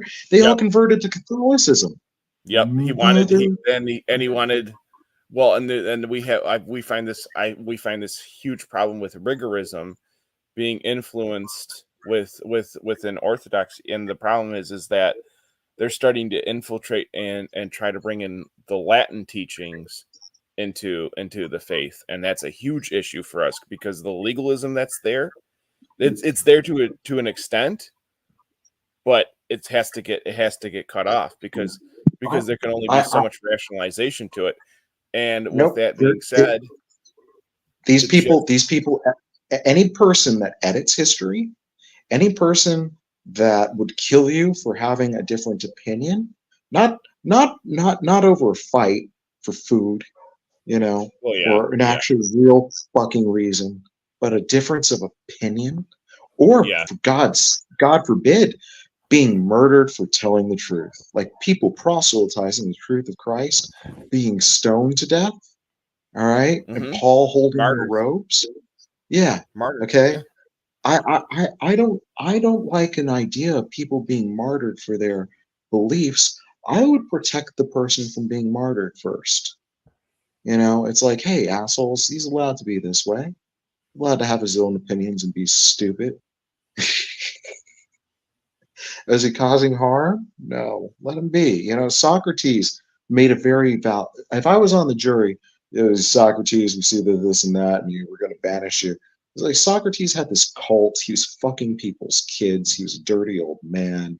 He was really sexually liberated, and they're like, "We're going to banish you." He's like, "I'm going to die old and fucking banished. Fuck that. I'll commit suicide first, and everybody's going to think I'm a hero and remember me as a martyr." Right?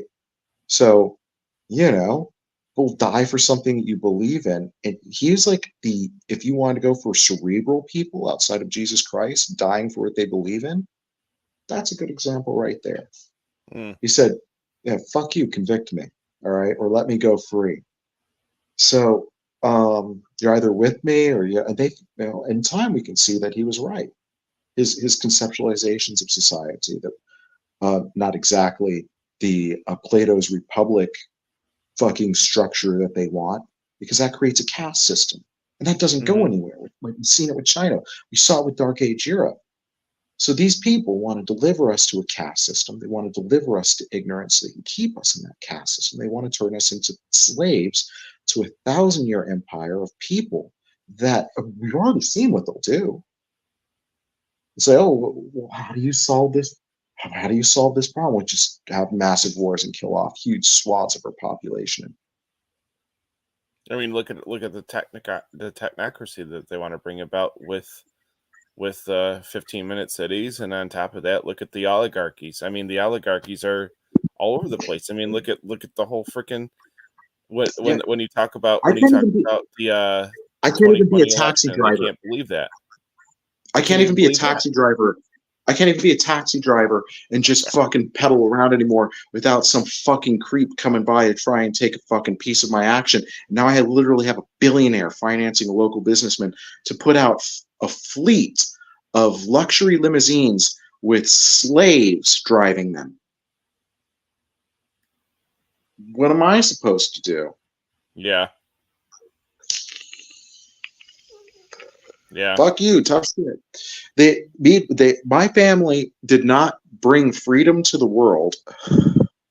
Liberate you serfs for you dumb fucks to allow these people to enslave me along with the rest of you. I'm killing them. It's like, yeah. It's like I will send out angry mobs to eat them if I must. Eat your leaders. Which is tear them from their homes and devour them. Which is because that's the mind flip too with the whole liberal left, which Dugan hammers on correctly. Oh, shut the fuck up! He hammers on them correctly. Shut the fuck up! There is the liberal left and conservative right are both controlled by these guys. Right. You can't even pick a team. Your teams are stupid.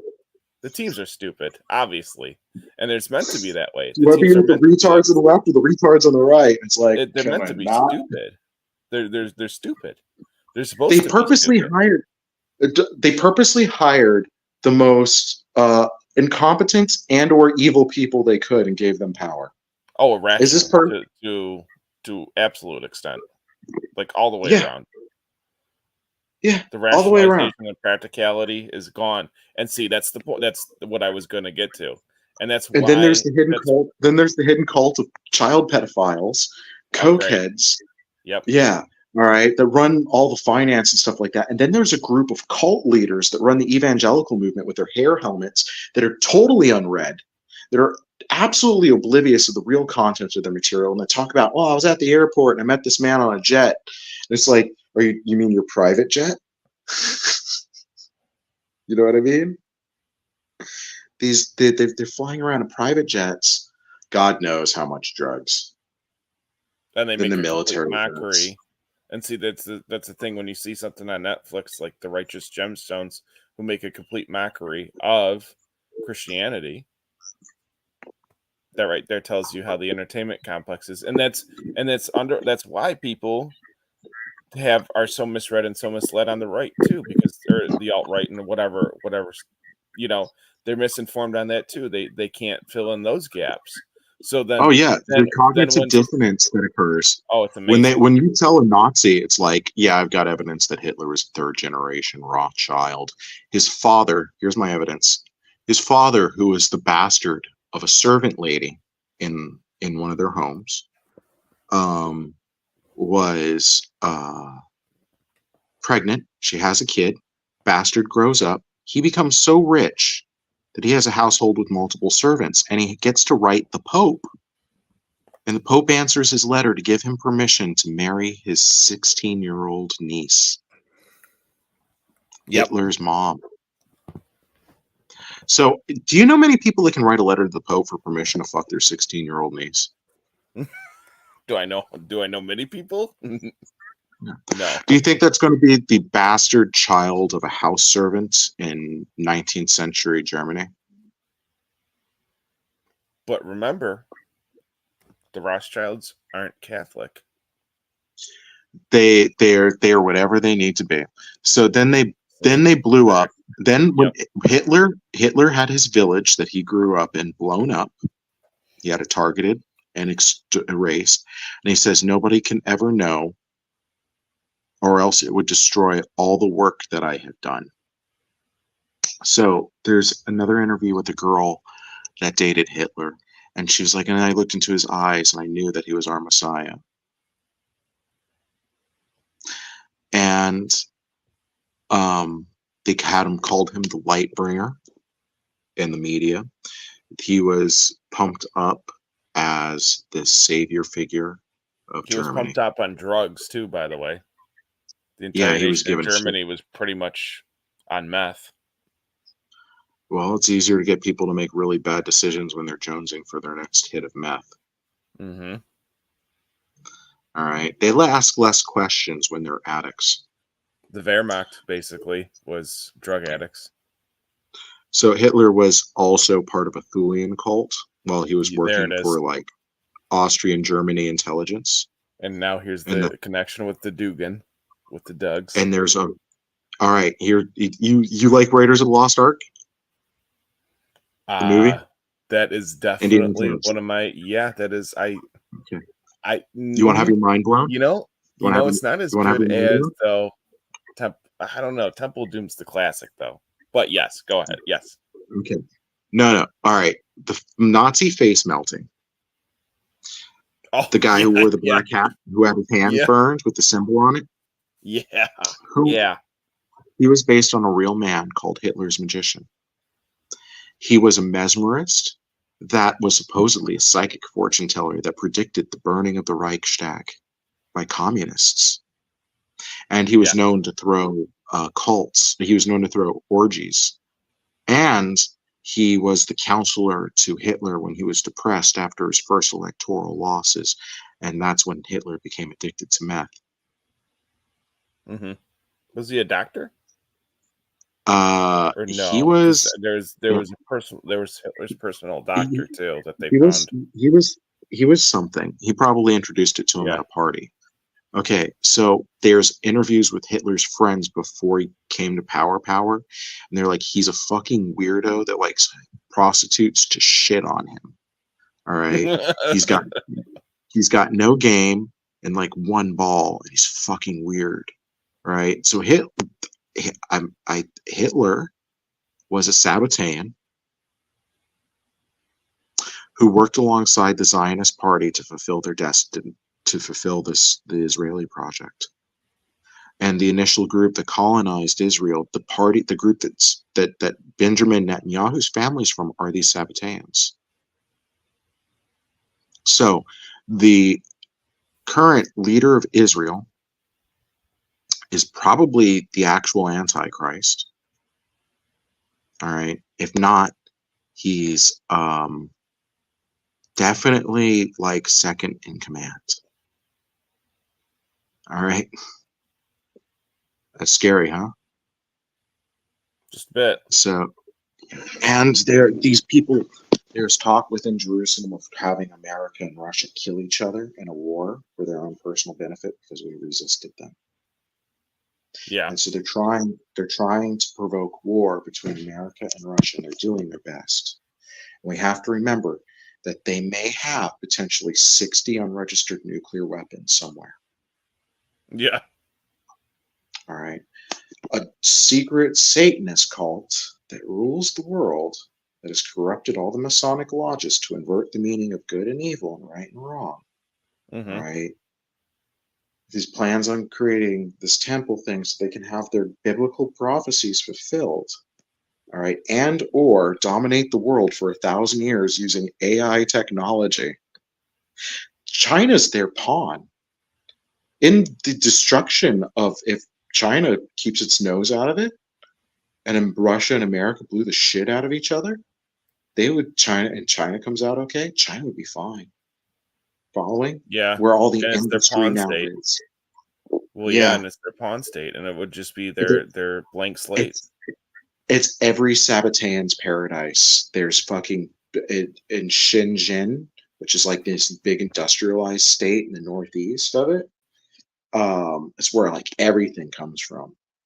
There's like whorehouses filled with girls, little girls. All right. And if you fucking drank yourself into a fucking liver disease, they'll find a healthy person and they'll rip their liver out of them for you. Yeah. All right. Yeah. China's evil as fuck. 100% in, communist infiltration. All right. Mm-hmm. Into China. It's communism with Chinese characteristics. The Chinese and the Zionists get along like this. like this. I was listening to this speech where this Israeli was talking about, and then we told the Chinese, 1.6 billion people, that there are only 30 million Jews in the world, and look how we rule it. And they were very impressed. And it became a thing in China for everybody to marry a Jewish person. You know what's weird? On one of the Real Housewives shows that my wife watches for whatever reason, the one on Beverly Hills, she's married to, there's this Chinese Dreams lady. of a better life and a better husband, I'm sure. And he's probably, no, actually they're together from what I see. But I think he looks like he's Jewish. So he probably is. But he wrote the scores for another great corporation who really loves children, Disney. Okay. Disney recently revealed that it's in a roundabout way owned by the royal family? Did I hear that right? Like the England? The Crown of England. Yeah. How? I don't know. Magic Kingdom, Oh, well. You see, in a world of weird conspiracies, that's just one of the stranger ones, One of my... Yeah. They can't be all evil. I really enjoyed Disney when I was a child. You know what's disgusting? I used to chew on the ropes on the Small World ride. How many hands touched those ropes? Yeah. They were delicious.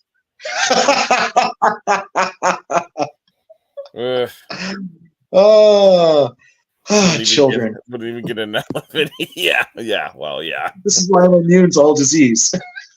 Yeah, it's true. That's how we get. It's true. Lisa Simpson drank the water in the Small World ride. I licked the ropes. I am now the Lizard King. Yep, he did the little Lizard King. That's metal. That's very metal. I'm now the Lizard King. Wait a minute. Think of it though. If you were in a bodysuit and you were a psychic Lizard King, well, what did you listen to Black Sabbath just nonstop? Like, wouldn't that just be your choice of music? That, Stoner Doom, Led Zeppelin. That would be your choices of music. If you were an American I'm saying it. If you were an American reptilian, that's Led Zeppelin soundtrack. I've been dazed and confused for so long, it's not true. I wanted a woman, never bargained for you. See? Lots of people talking, few of them know. The soul of a woman was created below. I can't sing. Not bad, though. But see? Yeah, dude, Led Zeppelin's awesome. I personally like Land of the... I come from the land of the ice and snow, of the midnight sun where the harsh winds blow. Immigrant Song. Yeah, so there's a part where it's a discussion on the rings of the Nibelheim, and that there's a part where he punched the gods in the nose. Right? Like God of War style? Well, the legend goes in Norse myth is that, or this pagan belief, is that the gods themselves shall come down from heaven to destroy man, and man must put up the greatest fight that it can, and bloody the nose of the angry god, of the jealous gods, So we're supposed to just sum up all of our power just to punch them in the face and make them feel it. Yeah, make them feel human. We know that we're going to die. Right? We go into it bravely and without fear, fighting these wicked things. Because these are not a loving God. All right. Whatever these people serve over in Israel, it's as much as I like a good decadent orgy. All right. We could have gotten here without World War II. Okay. And I personally view the Sabbateans' motions as being, in real life, there's a guy down here. Remember the person I had through unnecessary means put in prison for a couple of years? Yeah. So to think about what he's done, he's sitting in prison with a man named John Michael, who killed some people in a boating accident. John Michael was having a terrible bout of substance abuse and he was a public pariah because it had been just outed by this other fellow that had been his friend since they were boys and was an equal degenerate just as him, that John Michael had been carrying on a sexual relationship with his sister that he still lived with. And the woman beater, his ex-wife, had started dating that guy. Mm. And so the woman beater, who was a closet homosexual, had all these private conversations of theirs that he had recorded and taped. And he started telling everybody about this man's private life. Now, I feel bad for John Michael in that he has this forbidden relationship with, Shawn Michael. Like he was the wrestler? No, it was this guy that fucking lived up the road from me. He's weird Canadian fella. Oh well, Sean. That explains it a lot. He's Canadian. That explains a lot, actually. So Sean, well, the people in that region of Canada were the children of French prostitutes and criminals that were sent to the New World to colonize it. That's what France did. That's how France dealt with its population problem. Quebec, they just threw it. Yep. Yeah. So, I've heard that before, being where I'm at. Yeah. So the leadership of France at that time were a lot of, Illuminatis. What are we going to do? We've got all these unnecessary pieces of white trash. Have them colonize the New World for us. Well, but that's how they got. Detroit. That's how. I'm not sure if it was founded by criminals or anything like that, but you got the fur trade. I wouldn't be surprised. But the fur trading and the fur trapping was really what kicked off, into becoming Fort Detroit. And I wouldn't be surprised if, that kind of stuff went on. I mean, Detroit has a long crime history, so. What a terrible thing that we have done to the land and nature. Killing all those beavers and all the rivers and the dams that they had created that made the verdant fields of America. Such an awful waste. I thought you were going to drop a joke, though. I was expecting some kind of beaver or some kind of damn joke. Everybody likes a big brown beaver. You show it off to all your friends. It's a damn problem if you don't have a big brown beaver. I'll tell you that. So what it comes down to, we could have done without the wars, right? And but there's the other part too, because you got white America going back on all of this Hitlerian, Thulian mind control psyops, and then you have the big bombastic man called Alex Jones. Well, he's a pawn. He's a pawn of them. He's a misinformation officer that kept everybody distracted from real shit. But that's just it, where it's just a constant feedback loop in that aspect, and then you have the disinformation, and then once people find out, oh well, I'm so red pilled because it's the hands together. Oh god, they're so painful.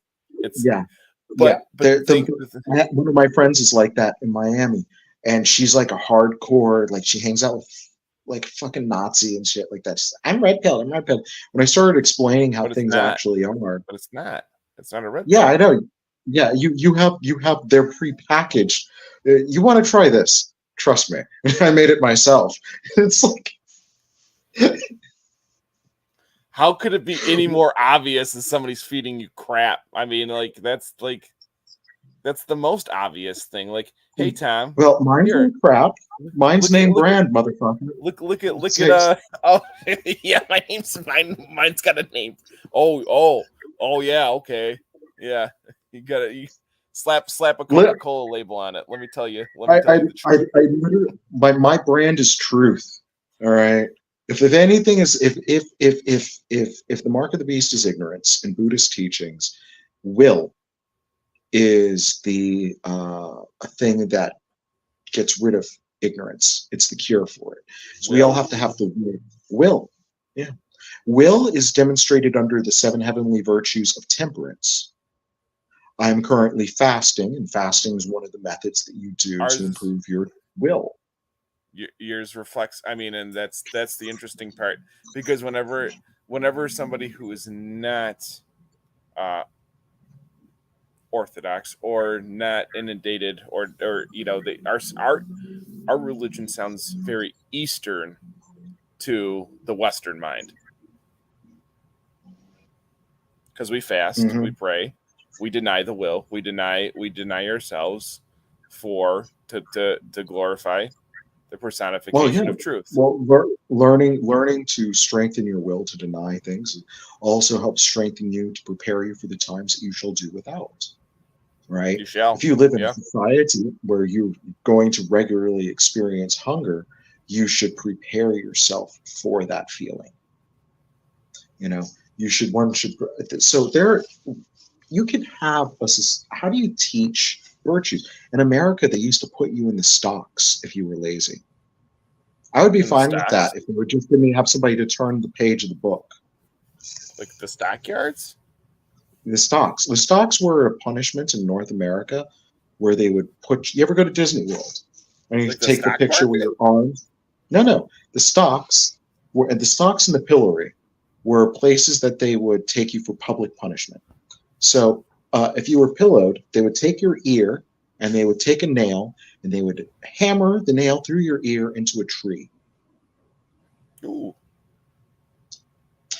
We're going to leave you there for a while. Well, I mean, And here's another one. Yeah. You have not been working. You've been busy not doing what we've asked you to do that you were required to do.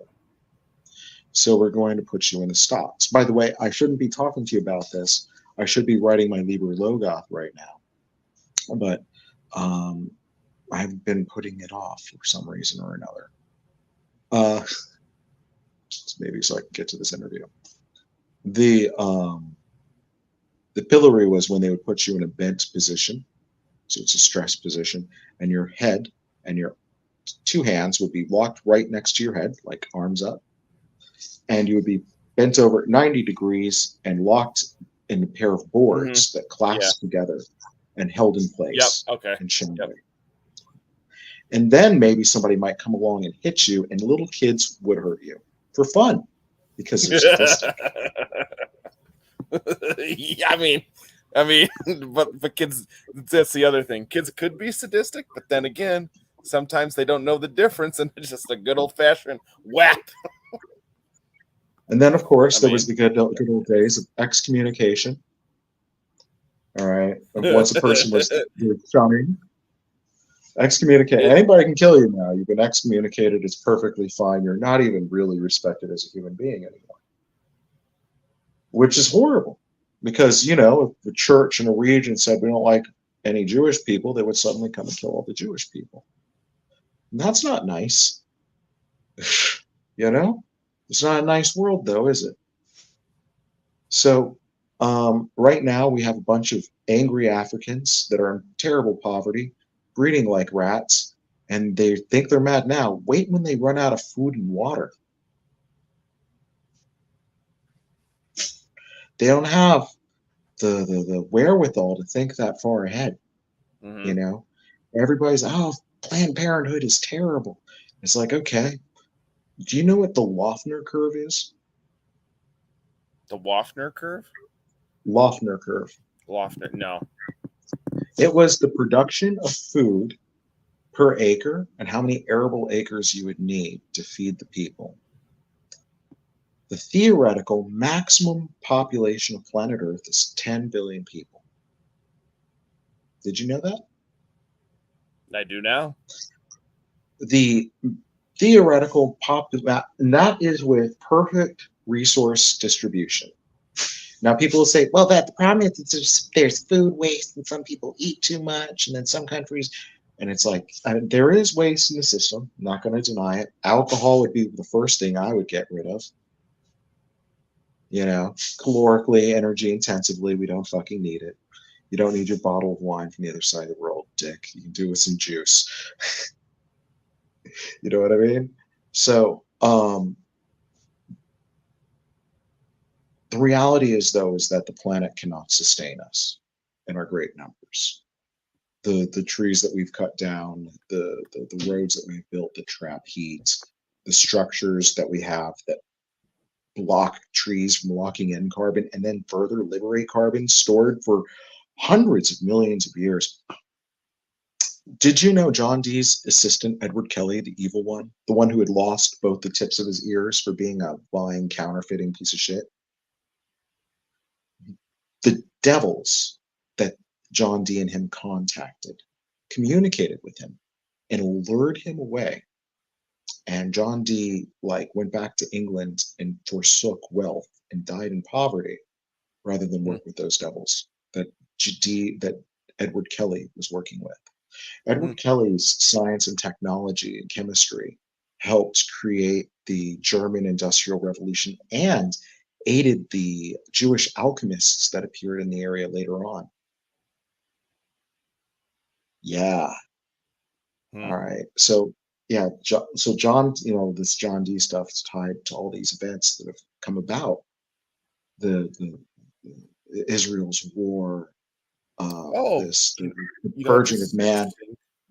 But our population with the Loeffner curve, the population with the Loeffner curve was, it's how much food can be produced. If we didn't have these events occur, we would have already passed that Loeffner curve that we're at right now based on production. Wow. Yeah. So we can't sustain 20 billion. The Earth's at a literal critical point of collapse. And I don't think I can convince these hordes of illiterate retards to stop fucking and making babies. But then I'm going to die. And it's like, I'm not going to have anybody to carry on my legacy. It's like, you have no legacy. You're a shit-kicking nigger in a forest. You were always a shit-kicking nigger in the forest. Don't worry, there'll be other shit-kicking niggers in the forest. You didn't do anything with your life in the last 1,000 years. You're not doing anything with it for the next 1,000. The world can live without you and your legacy. You can't tell people that. Yeah, because they obviously care about that. We'll have a small problem. You think that you're better than me? Yes. It's a simple answer. So we're now reaching a point where our society, because these people have driven it to these multiple points of apocalypse, is racially divided, religiously divided, technologically retarded, because instead of our technology being invested into, let's go up into space and build giant orbital habitats for all these extra fucking people before they eat us out of house and home and literally do kick down our doors and starvation, right? They have decided instead, in their infinite wisdom, that we shall turn the world into a dark age, stagnate technology, set it up for the perfect population, and live our eugenics dream. Mm-hmm. Some of them think they'll end it in atomic fire and then get their doomsday bomb shelters. Others think that their messianic Jesus man will come along and save them. Others think they're going to get beamed up like Scotty. Yeah, the rapture. But there's a bunch of different people, all have these different intentions. My main intention is, let's not die. And if Jesus is coming around, let's not have a shitty house when he shows up. Wow. Yeah. Let's be all that we can be. Get up to space, build some orbital habitats. Get ready for that next stage of existence. And if Jesus shows up, we're all going to go to heaven. Done. That's next. We don't need to blow up the world. They're going to blow up our world, bro. Want to hold power. Too many people want to hold power, and they are. Yeah, I mean, It's the plot of the Kingsman. But see, the thing is that they probably think on how heavily, you still have to take into account how heavily Protestant America is versus how heavily Orthodox Russia is, and they're probably taking that into account. There's definitely Protestant America doesn't even know its own history. I know, but what I'm saying is that they're looking at it like that because they're like, well, if these two Christian nations go at it, What'll that I'm going say to tell you to the rest of the world? world? I I'm mean, smelling my that's cat's food, and it smells good. I'm that hungry. Yeah. Ugh. 30 hours in. Okay. The thought that you were just having.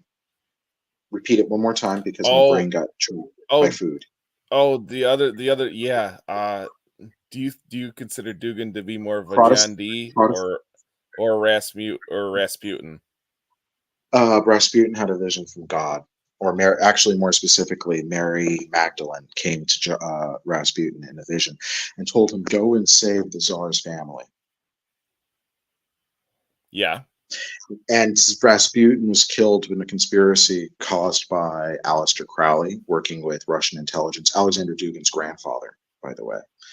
And the Thulians, through a group called the Nikun in Sweden, they set it all up for him to be murdered because he wanted to negotiate peace with Germany and stop the war.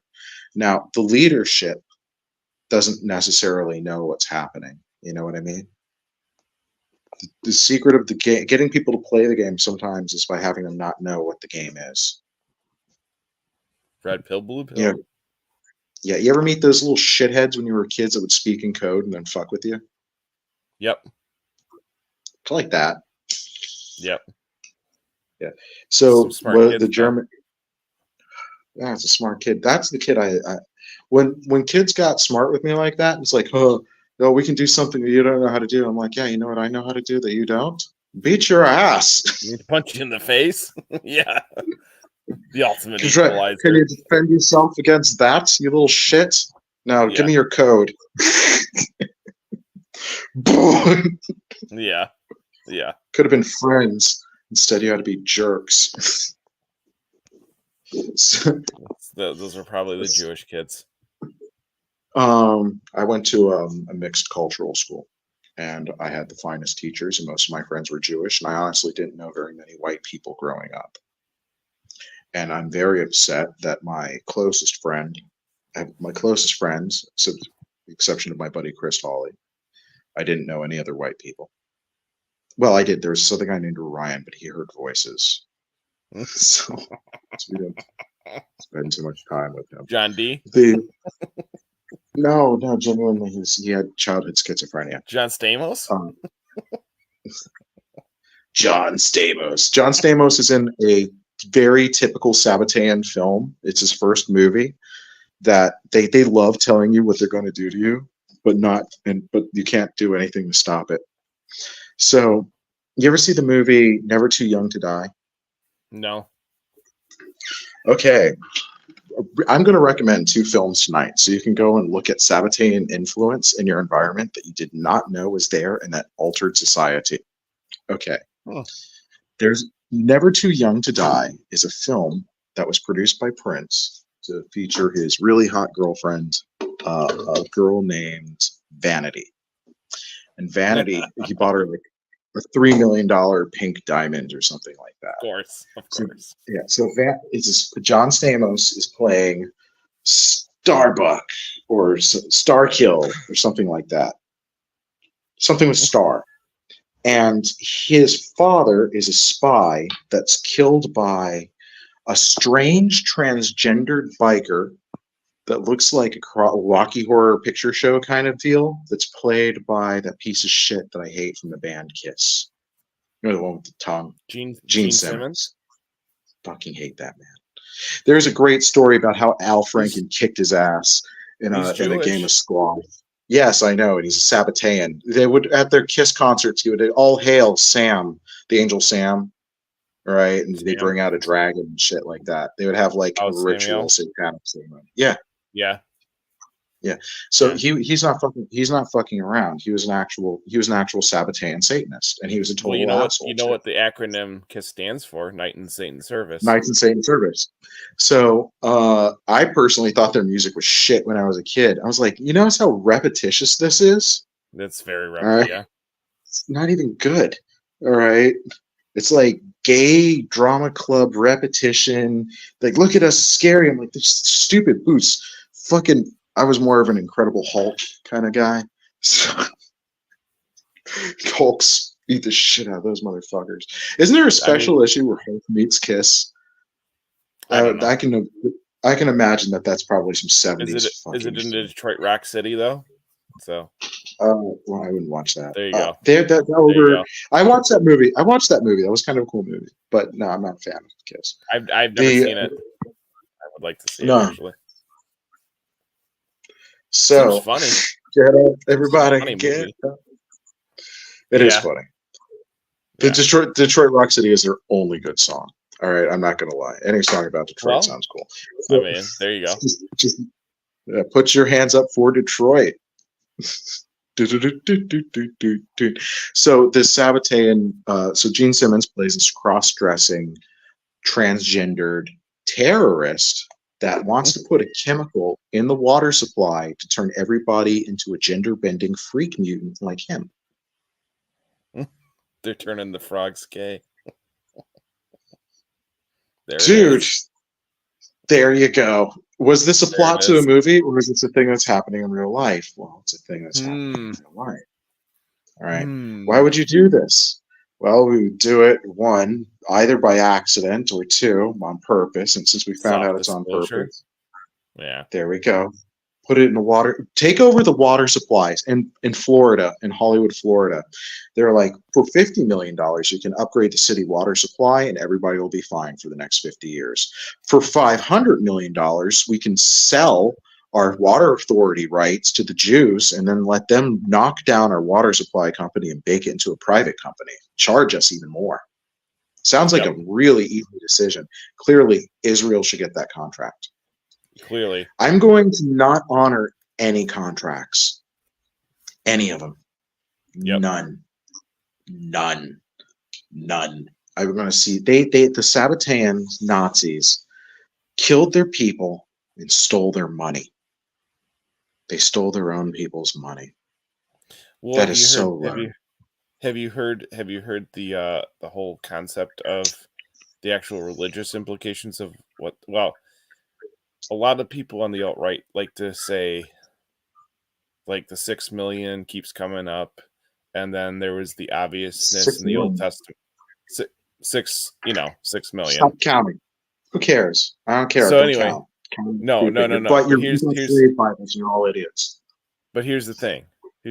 Like, they brought it up in the Old Testament because of them being entrapped in the temple, and the smoke killing them. Zyklon B. But then take it a step further, the 6 million will bring about the Messiah, their Messiah, right? And then they sacrifice their own people to summon a god. Yep. But then take it a step further, it was a eugenics program. So the Sabbateans were the ones that were wiping their own kind out to restore the order that they once held power in, so aka Zionism. They wiped out their own population to restore that Zionist influence because the ones that were the underlings were too weak.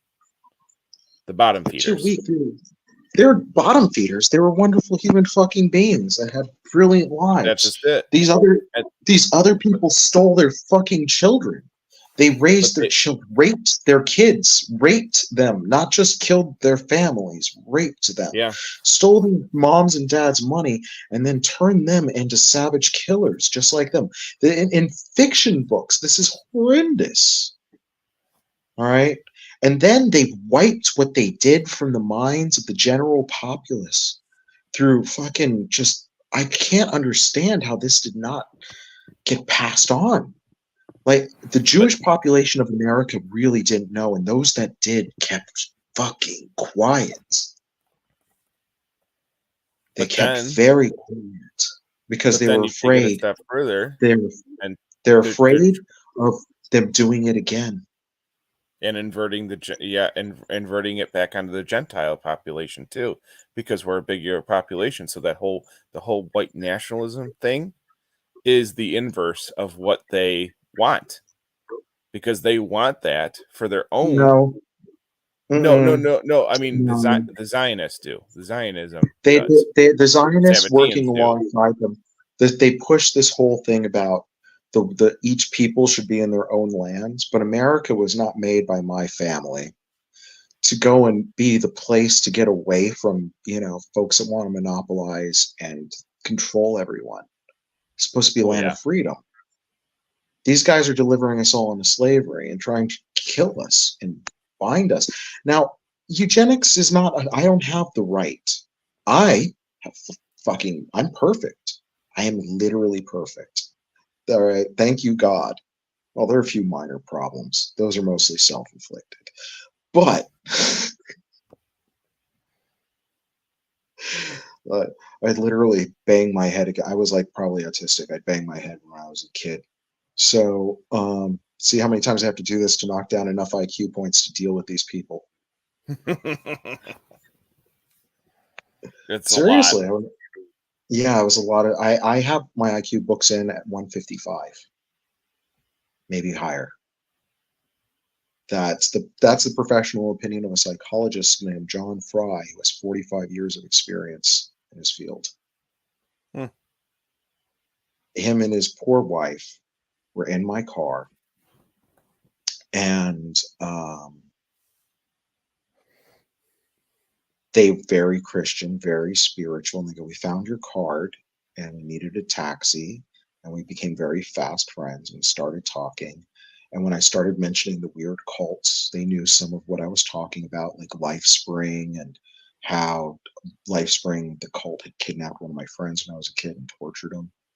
Wow. In a forced conformity camp that rich people would send their children to be broken.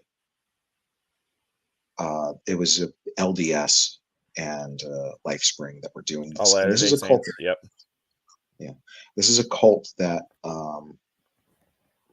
Clarence Thomas is a part of, right? And I know that the Supreme Court Justice of the United States. Yep. Yeah. You're once you're in a cult, when you're out of the cult, you're still probably a member of that cult, as far as I'm concerned. Unless you're doing like circuit tours talking about how shitty the cult was. Right? So the then you're probably some still people in it. Yeah, I knew a person, and we were talking about her spiritual journey. I was telling her I had this message from God, and she goes, "Well, this is what I believe in." She started showing me this guy's stuff. I'm like, "This guy's work's a plagiarism of another yogi." She goes, "Well, it's the truth to me." And that's the thing about people in cults. It's like that fucking retard that really likes Teenage Mutant Ninja Turtles. They dress all up in Ninja Turtles. They fucking change their name to Michelangelo. Right? You know the one I'm talking about, right? He's me. There's always that like one hyper enthusiastic super fan that's clearly autistic. It's like, this is a human being. It has probably about 80 IQ points. It has a right to live. Why? I don't think it should have kids. But why? But why? But why? Yeah, it's true. It's awesome though. The courts of Europe used to buy retarded children and keep them as human dolls. I can. If I was an inbred Habsburg, they probably thought, and now you can be with me in my castle, and we can be away from your mean people and make fun of us. Because they have those giant jaws from fucking their cousins too much. That's hilarious, right? Fucking, that's power. We have hit levels of offense that has just been unparalleled.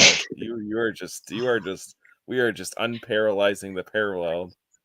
I don't care. They're going to call me an anti-Semite, and they're going to call me a terrible person. I'm going to say, "Fuck you. I'm your boss." I know who you are.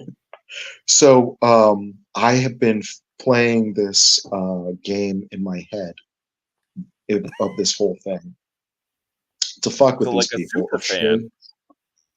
Yeah, For the last 3 years, I've been a super fan of this character that I made, that All-American Antichrist character. And I'm like, I really had to get into character. So I had to find all the secret stuff, and I had to pick a fight with the Prince of Darkness, right? I'm going to take you down. I'm going to go. It was like I had to go like full-on wrestling voice when I typed that. Oh, yeah. Right? Go full retard. All caps. You all gotta caps. Complete Randy Macho Man. You got to go full tilt. Yeah, and then I've been finding influencers on TikTok and YouTube and stuff like that, and contacting them and telling them about the Sabaton cult, the John D stuff, and I've had varying levels of success. That's awesome. TikTok's usually got people who are pretty privy to that. Yeah, well, TikTok got taken after the Chinese had their problems with it. The United States government now has an NSA guy that's in charge of TikTok's America's operations for their data banks. And they're starting to try and algorithm people out of it. All right. But I'm not going for those people. I'm not going for the regular crowd. I'm going for the popular people. It's like, you know what I'm going to do to your content creator? I'm going to tell them about the end of the world. I'm going to make them so depressed. Dang. Just make them complete. What are you gonna do? I'm just gonna tell them what's up, and then I go and I label with them, and I'm like, hey, you want to help me fight the forces of darkness? You know, like Black Rock, Black Water, Black Nobility, Skull and Crossbones on a black flag. Does this need to be spelled out any more clearly for you? I mean, they're not hiding who they are. It's in black and white. Yeah, it's in black and white. Secret groups tracked all slavery and all this misery and suffering, literally trying to bring about the apocalypse, and now I've drawn it all out for you. There's inescapable proof that this is God's. Yeah. Inescapable. It's definitely not inescapable, but that's fine. Oh no, because all things are within God's will.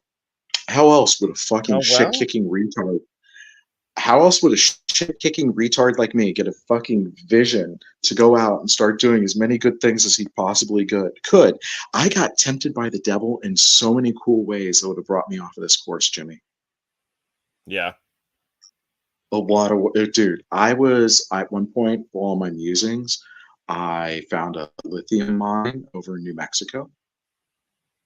A what? A lithium brine deposit on BLM lands. Right next to a place called Lordsburg. And it was $15 an acre.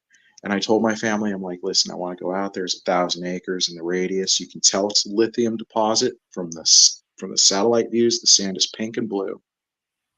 It's in a white sand area. Can't miss it.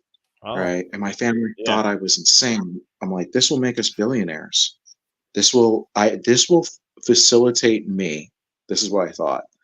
This will facilitate me in being able to alter and change the course of destiny, this money. And I turned it down because I couldn't be with the girl because she wouldn't renounce her ways. And then there was another one. It was like, you need to, become Christian and shit like that. And if we're going to get married, and she wouldn't convert. She's like a Satanist. I'm like, come on. Oh. I understand why. You can go ahead and not like these people, but don't deny Christ. Don't deny God. I understand. What they've done is they made that into a refuge from all the other fucking messed up shit. Oh. Yeah. Well, not even the devil denies God, so that's pretty tough to do. I had one time, I think the coolest one was a black guy with like a really like devilishly cut beard. Walked up to me while I was at the airport, passed all the rest of the line, walked up specifically to my car, and he said, give you $50 to break this line, take me over to this hotel. I'm like, I ain't doing that. There's rules. You have to go to the front. All right. I'm not going to go and break the rules of these things to get in trouble for you. Yeah. All right. If I had taken that ride, that would have altered my entire course of destiny. All right. If you had done that thing that you shouldn't have done. I've done a lot of things that I shouldn't have done. All right. Well, yeah. But I tried to do. Yeah, we all have. I tried to do the good things. So eventually my business card from one of those trips, ends up in the hands of this couple from California. And this guy who's got 45 years. Yeah, you're telling me about the 45 years of experience as a psychologist, and his wife. And we're driving around. I start talking to him, and I open up and I start crying. And they go, "Look, you it seems like you're under a great burden."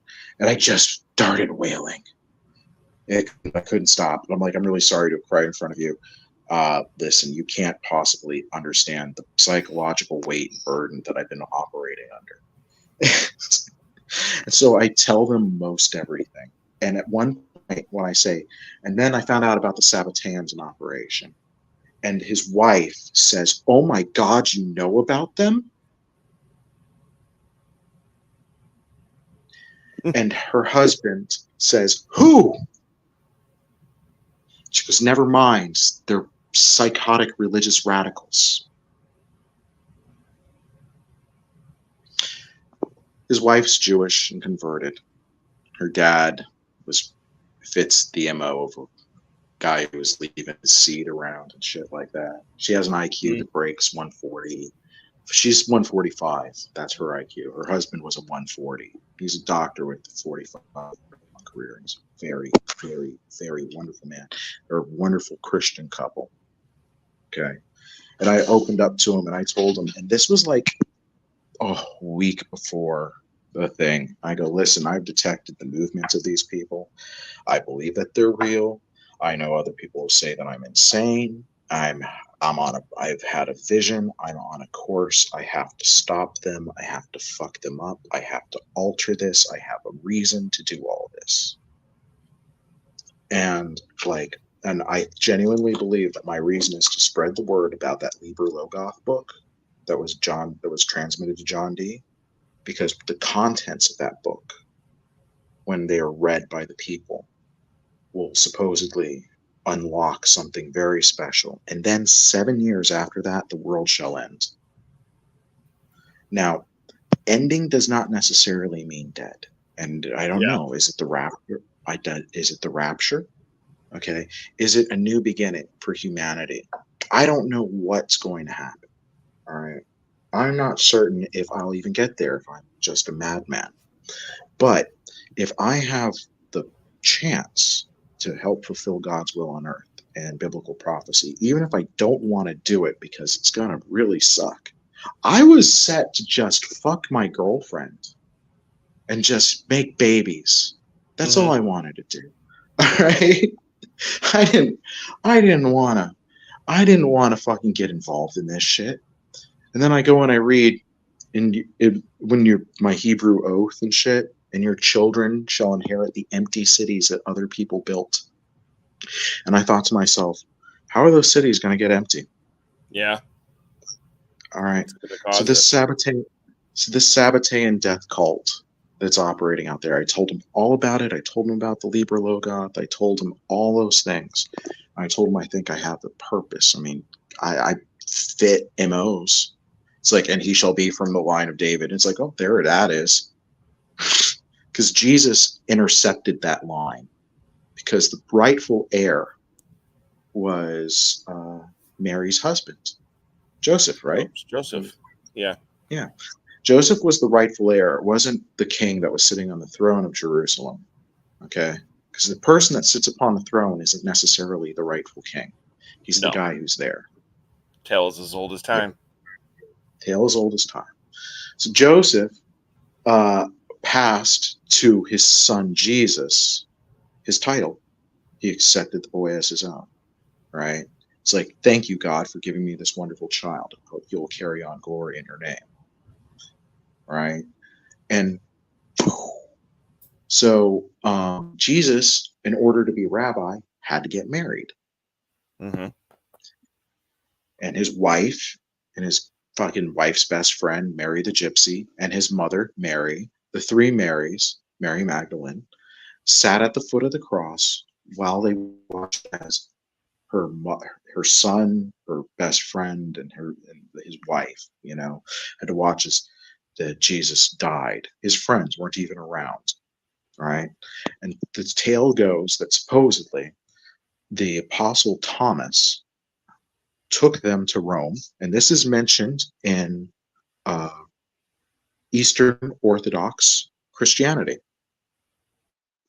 that pregnant Mary Magdalene at some point made it to Rome, met the Caesar at the time, whoever that was, and then she went on somewhere else.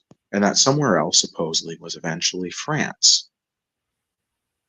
And that's where those Mervangelians come from. Now, in the Catholic Church... Mervangelians or Merovingians? Merovingians, whatever. I can't pronounce that shit correctly. It's all French to me. So... when the Catholic Church got to that area, there were these different groups of Christians practicing Christianity, but in their own styles, such as the Cathars.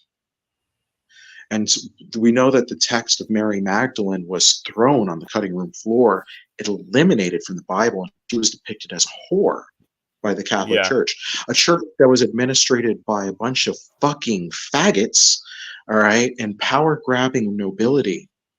All right. Do you think a group of power-grabbing nobility passing around title want to have some people running around there claiming to be Christ's descendants competing for that throne? No. They'll eliminate any mention of Christ having the kids. Besides, the chosen one is supposed to come from this guy's children. So how many kids do they have? I know I got a lot of cousins. So, cousins I haven't even met. Yeah. So I think that now that my dad's dead, now my uncle doesn't have any kids and stuff of his own, and he's giving me the family heirlooms and stuff. I think that like essentially makes me the king of my family. So the best way I can patriarch. Yeah. So the best way I can absolutely royally hardcore fuck with a cult is to claim that I am their messianic figure. You want to know how to beat an entire organization? Literally be the fucking thing that they were looking for. Hey, assholes, I'm right here. All right, which I have been for the last 3.5 years. I even wrote it into my Google search history, so if they started looking, they would see it. 3 years ago, I predicted this shit. There's letters between me and one of my friends, and I'm like, I've detected this group of like weird Satanist Jewish Nazis or some shit like that that are trying to initiate the Holocaust or some crap. And my friend's like, you're insane. I don't want to hear this shit. By the way, he's Jewish, and his grandfather was a 33rd degree Mason and almost the first owner of the Dolphins, but he wanted to wait for his wife to talk it over for him to buy it for $50,000. So they definitely knew something was up. Yep. They definitely do. I mean, it's a paper trail. And see, the other thing is too is like they even get the Gentiles in. Like you got Henry Ford railing against international Jewry, but he was a 33rd degree Mason. So what's up with that? He didn't know the whole plan. No. You got to remember, they don't necessarily tell you everything. Well, they're not supposed to. Yeah, they're required to lie to us. That it's like it's outlined in your religion to lie to my fucking face. No wonder no one likes you. But yet, the alt-right knows better. The alt-right is also a bunch of idiot puppets. So, well, yeah, they're supposed to be. I mean, Milo Yiannopoulos. He's a Satanist. Yeah, clearly. It's like, oh, do you think that the guy who talks about the beauty of pedophilia, which was a gay spokesperson for ultra right wing conservatory shit, isn't a Sabbatean? Yeah. Who's literally I can't understand. He's a Sephardic. English. Well, no, he fits like all of it. Not only is he Hellenic, which I know, but he's also English and Sephardic. So he fits all three categories. Uh-oh. Are Froze questionable. Again. My apologies. I heard your entire thing. His claims on his Jewish heritage were questionable. All right. So, but the cult, could be a conversio. You don't know anything about him. All right. The way that their That's whole true. organization works, where he came from, his family. So that's true. Yep. The guy's a riddle and an enigma and stuff like that. He's a chameleon. Shit. Yep. He's a chameleon. That's what disinformation agents are supposed to be, though. They're supposed to be slippery like that. They're not supposed to be that stagnant kind of figure. That's espionage. They have to be chameleons. Oh, yeah. Well, okay. Ben Shapiro, Mark Zuckerberg. Everybody's favorite. Yeah, Ben Shapiro and Mark Zuckerberg and Trump's son-in-law, Jared Kushner, all used to be visited by Benjamin Netanyahu. He would come and visit their homes for holidays, meaning Benjamin Netanyahu has fucked their mothers. And also because the Sabbateans practice sexual hospitality. Oh. And when I get that feeling, I get that sexual healing, baby. Marvin Gaye? He was in it? No. I'm wondering what Benjamin Netanyahu played while he molested Mark Zuckerberg, Ben Shapiro, and fucking the Hugo, the living doll. The most Masonic probably lodges, did. The most Masonic lodges in any city area, Detroit. Detroit is the most Masonic lodges in a metro area. Well, what good did that do him? Makes sense. The auto industry. I mean, look at all the symbolism with that. So, now there is a belief that these guys contact spirits within their lodges and conduct black magic rituals at the highest thing, and this is indicated by science fiction literature in the same subject matter. All right, there's a group called the Black Lodge that supposedly practice magic, and there's so much stuff that coincides with this John Dee shit that I can't help but think that they're a bunch of actual magicians running society. Or magicians. Well, I mean, you could say in many different facets, and therein lies therein set up with the caste system, and that goes all the way back. To, I mean, how the Catholic Church first even like felt about alchemy, and then you had the various splits with us. So then you had Origen talking about all the crazy stuff. Well, Origen was a disciple. They want to bring that back. Saint Clement of Alexandria, and Saint Clement of Alexandria had to get excommunicated from both the Catholic and the Orthodox Church because of his practice in alchemy. So you had a lot of shady stuff going on in between there. And what did he have access to? The Library of Alexandria. So what did that hold? Kind of the same deal with Origen. Alexander the Great was Aristotle's student. Jesus Christ, imagine. So, probably did too much of that alchemist stone. You know what I mean? Yep. Got you. It's a little bit stronger than Turkish coffee, probably. A little stronger. Got a bit of a kick. Yep. All right. Bam. So Zuckerberg and Ben Shapiro did a thing where they were magnifying like the Daily Wire and stuff like that. So he had like 4 or 5 sites, and cumulatively is getting like 20 times the traffic of CNN because Zuckerberg was funneling that to him. It was all psychological warfare operations. Zuckerberg was financed by the CIA through money that was given to him from Silicon Valley Development Bank by Peter Thiel. Peter Thiel, who's head of the Bilderberg Group, all right, who is a transhumanist and lives on an island in the Philippines and tells the U.S. president what to do. Yep. Yeah. So these supervillains are building towards their global plots and stuff like that. And I realize, I'm like, there is absolutely, positively no way me all by my little old lonesome can defeat these people. I'm literally going to need a miracle from God. And so I kind of wrote like some prayers and maybe called out, hey, help me kick their ass. And I think I got just like a series of visions that led me to this.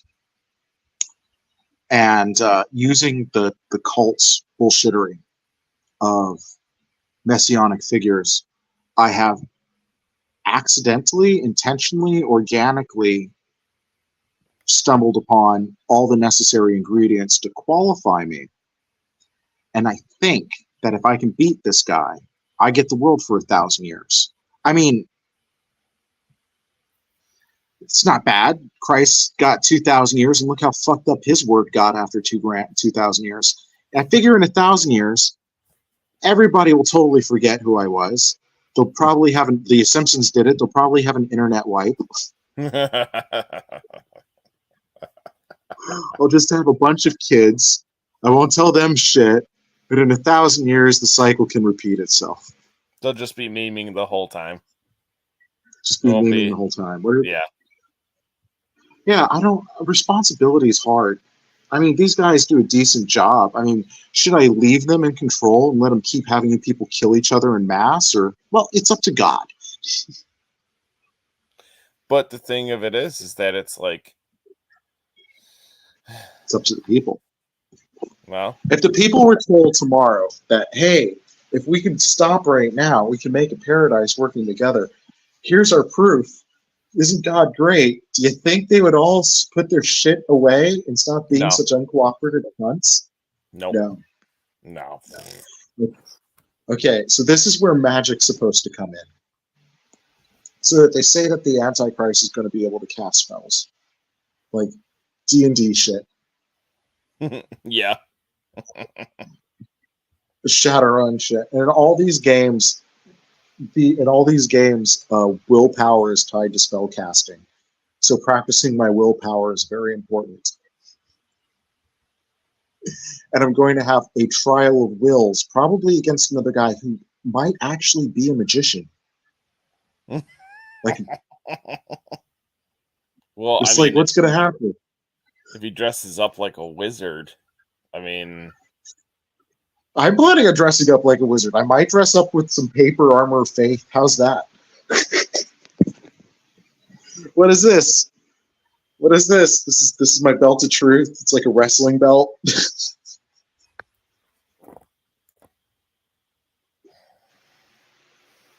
Have peace written on my sneakers. The Sharpie. The Sharpie. Oh, yeah, exactly. Fucking plastic lightsaber. Garbage can lid.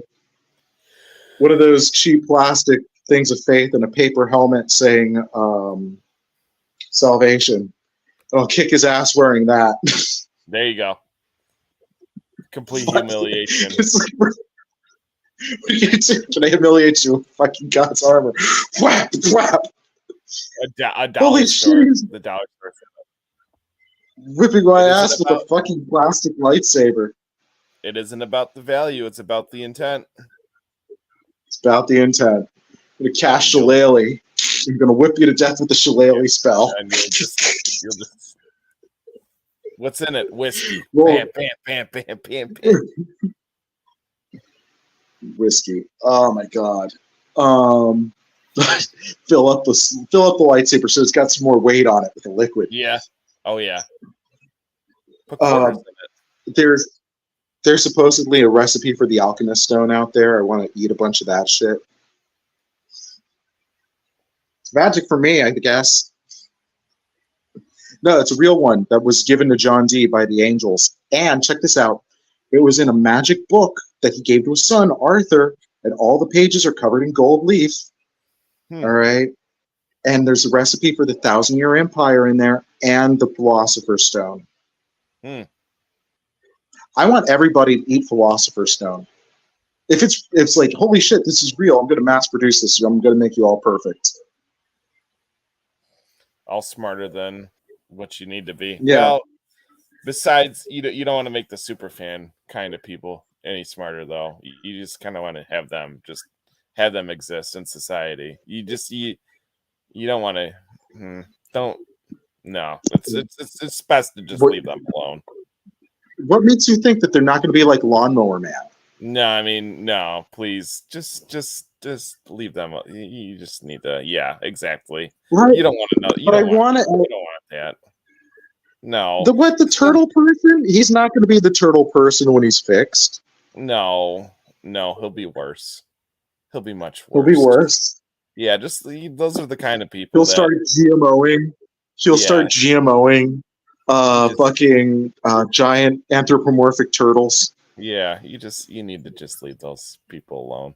Dude, what happens if now they say that there used to be an age of miracles. Yeah. What happens if magic does come back? Magic isn't I don't really believe in that, so. Oh no, but I mean, like, what if God just goes, hey, I'm gonna fuck around, and all of you can do this. Bye. Just because. Just because God wouldn't. Just because you wouldn't. It's like, I don't know, man. Honey, I just learned to levitate. Don't do that, dear. No matter what. Man, I would love a D&D game. I mean, it would be cool. It would be cool, but would be cool. It would be cool. Come on, it'd be awesome. It's like, all right, what's everybody gonna do today? Yeah, let's all go and polymorph into a pack of dolphins. I wouldn't turn into a dolphin. I'd be a lazy. Why not? Dolphins have sex 23 times a day. Nope, I'd just be a lazy house dog. Forget all that. Just feed me my food. Let me poop in my yard. Okay, I can appreciate that. Let me go bark at some leaves. You know what? And then I'm gonna go pass out for 3 hours. You know why? Because I'm a dog, and I'll just do that. Okay. Now let's run it with this interesting thought exercise. Let's pretend that each and every one of us is a reincarnating being within God's creation. Jews believe in reincarnation. A lot of religions believed in it. Christians believe in it because Christ gets reincarnated. Resurrected. Resurrected. Resurrection and reincarnation. Okay. So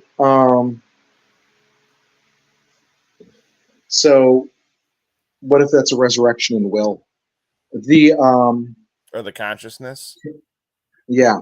So the going on reincarnation thingy. What if we've all done that before? And that's why we all decided to become people, so we could start going through new experiences, right? And what if the next step is, we've done Earth, we're fucking our baby up, our mama. Maybe we should leave. Maybe mankind's meant to like be on the moon or in the asteroid belt. Just not here, because and maybe the chosen people that get left behind are like the custodians of Earth. It's like, here, you're like super geniuses that are now practically immortal thanks to modern medicine and science. Go ahead, rebuild Earth. You've clearly ruined it. Fix it back up, make it a verdant garden again. We're going to go and barren planets and fix them. I mean, there's so many great potential destinies for mankind that don't have to be everybody goes to hell or whatever it is that these fucking people are setting up. Or the slavery, Jesus. Yeah, but I do think that it's a power struggle. Yeah. Did you ever see the film Harrison Bergeron? No. Have you ever heard of it? No. It is a short story by Kurt Vonnegut, and it's about a world where there was a revolution. And America wanted equality, So they made it so that everybody wanted to be a C student. And if you were really intelligent, they put a helmet on you to fuck around with you so that you couldn't concentrate. If you were a good athlete, they put weights on you to slow you down. Yeah, and if you were really smart, they'd have you breed with a retard so that your kids would come out dumber because they didn't want intelligent people. So Harrison Bergeron's this like super genius, and the helmet's like on max, and they can't get it any better than it is to fuck with his concentration. So what they do is they are going to marry him off to this retarded girl, or they lobotomize you. One day he goes out and he's playing chess at there are these secret places, like these underworld nightclubs that people go to play chess and read books. Sounds like a lot of fun. It's very seedy. So what these places are actually recruitment areas. So when they find real geniuses among these idiots, they elevate that genius. They take them to the secret society that actually rules. And their job is that the people within the society cannot have children, but they're the ones that actually run all the important shit. And so they elect people for the president at random. And in one instance, they elect Eugene Levy as president in the movie. Yeah. And they call him up and they ask Eugene Levy, and they go, Eugene Levy, they go, "Well, Mr. President, we're having a border dispute with Russia at the moment. What do you think we should do?" And the retard says, "Nuke them if they don't fuck off. I'm watching the game."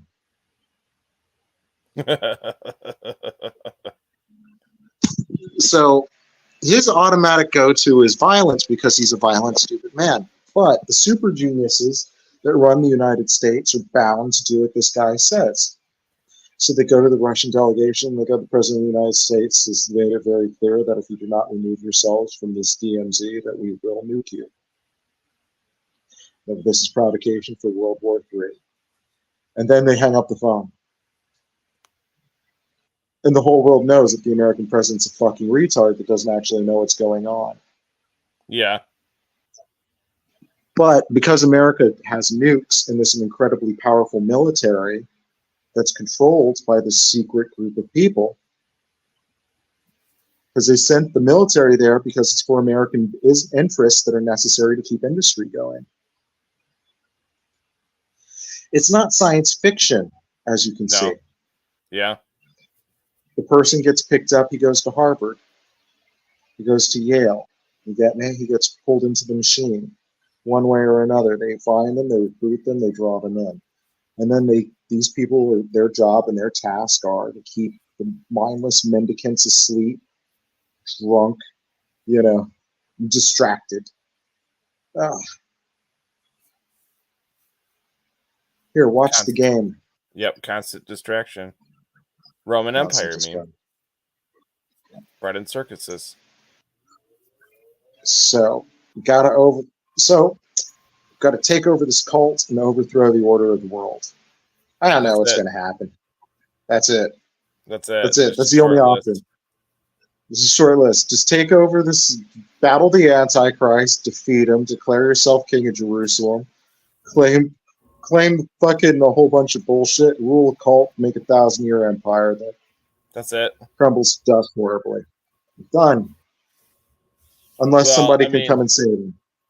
I mean, before you do anything, I think you should check out some memes. Check out the Orthodox Meme Squad group, and just get your bearings with that. One of my favorite memes I've ever seen. It's phenomenal. It's this meme that goes, "Oh, an American Protestant just got done visiting Jerusalem and asked why there's so many Orthodox churches in the Holy Land." And then the bottom tier says, "He does absolutely nothing with this information."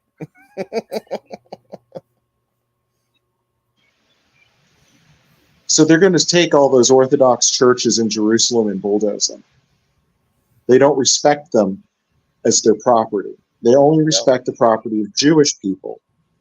So your Orthodox churches are going to have to sell their land that they own to a Jewish person that is going to have to write 2 Torah scrolls to be declared a king. I'm going to do 3. Just 3? Yeah, it's one of the mitzvahs. The king, really? if you're a regular Jewish person, you have to write 1 scroll. If you're a king, you write 2. All right, I'm going to write 3 because, I got to fuck with a cult. I mean, any way you can, get in. Any way you can. If simple penmanship and and loading up, it's like, and these Chabad rabbis whose messianic design was to go out among the goyim and find the lost sparks and then redeem them on Rosh Hashanah, and among them you will find your Messiah. Hi, that's how I fuck. That's some hardcore brain fuckery, right? Yeah, it really is. And I think recording it all on YouTube, where they can track you down and you divulging all this information is just another step. Nobody's going to watch this. Nobody's going to. And if they do, they can direct message me, and they got $100. Yeah, that's true. That's true. Yeah. Because now you have that I see. You're playing the game within the game that's outside of the game, but it's not really the game, but it's still bread and circuses for everybody else. For me, one of the things I wrote in my diary was, I'm going to smear my shitty story all over the walls of the internet. So I drive by people, it'll stop. I was inspired by Internet Comment Etiquette by Eric Commenticate. Have you ever heard of him? He's a YouTube comedian. Yeah. That goes on and he makes these obscenely weird posts that are really long and lengthy. And it's like an Easter egg to find them when he does them. So I have copied. I'm like, I love this guy. I'm going to repeat what he does, but my stuff's about doomsday. Yeah. Much more interesting. So the idea is that if I go into a TikTok and there's a TikTok room, there's a guy plugging things. I'm like, resist the forces of Sabati Zavai, resist the forces of Jacob Frank, resist the brainwashing of the Zionists, spam that, because within the human mind, if you see something and it registers, and then you're more likely to do things that you're told not to do. And then so I started saying, whatever you do not believe this lie about Sabati Zavai and Jacob Frank and Basil Zarahoff. Whatever you do not look at these people's names. That's when I get the most views. Do not. Don't do this. It's true. Don't tell me what to do. It's reverse psychology. Yeah. So by doing all this, what I'm hoping is that I was going to meme some people into finding out about the weird stuff. Yeah. And then some of my posts are like, hey, if you want to help me fight the forces of the Antichrist, come and find me. No one's found me yet. Because that's too friendly. That's too nice. People it's too nice. See, it's because, hey, if you want to hang out, it's cool too, bro. Like people are like, I don't really have time for that. People are like, I don't have to. That's what I've gotten from. Actually, the response that I have gotten is one of my friends. I could run him for local politics and have him in government in the third most important financial center in the world. In government. And then from there, I could probably use his power to leverage me to do things. You know what my friend responded to? Politicians are all the same and a bunch of sellouts. And, nothing can change. And I'm like, nigger, I've just instructed you on my evil super plan to go and take over the world. And you're fucking back-talking me? You got to shave your head, shave your beard, and dress up in a Dr. Evil costume for that one. Nope. I'm one-upping that. So I'm getting into... Okay, when I'm at 180 pounds, it's like my magic weight. Okay? And when I'm at 180 pounds, I am so hot, women grab me in the grocery store and beg me to have their children. Mm. That is not a joke. So, what I have to do is I have to get myself back to peak physical fitness. Again, the fucking fourth time in my life. Chris Helmsworth can do it, so can I. I mean, yeah. And then I'm having my entire body covered with arcane tattoos. Arcane? Because it'll be, yeah, like I'm getting. Do you know what the Siglum Day is? No. Okay, Siglum Day, Siglumdei, is the name of God, the Tetragrammaton. And one must learn it in its entirety and be able to recite it correctly and without error and inscribe it. And it's very complicated. It's a seal of protection.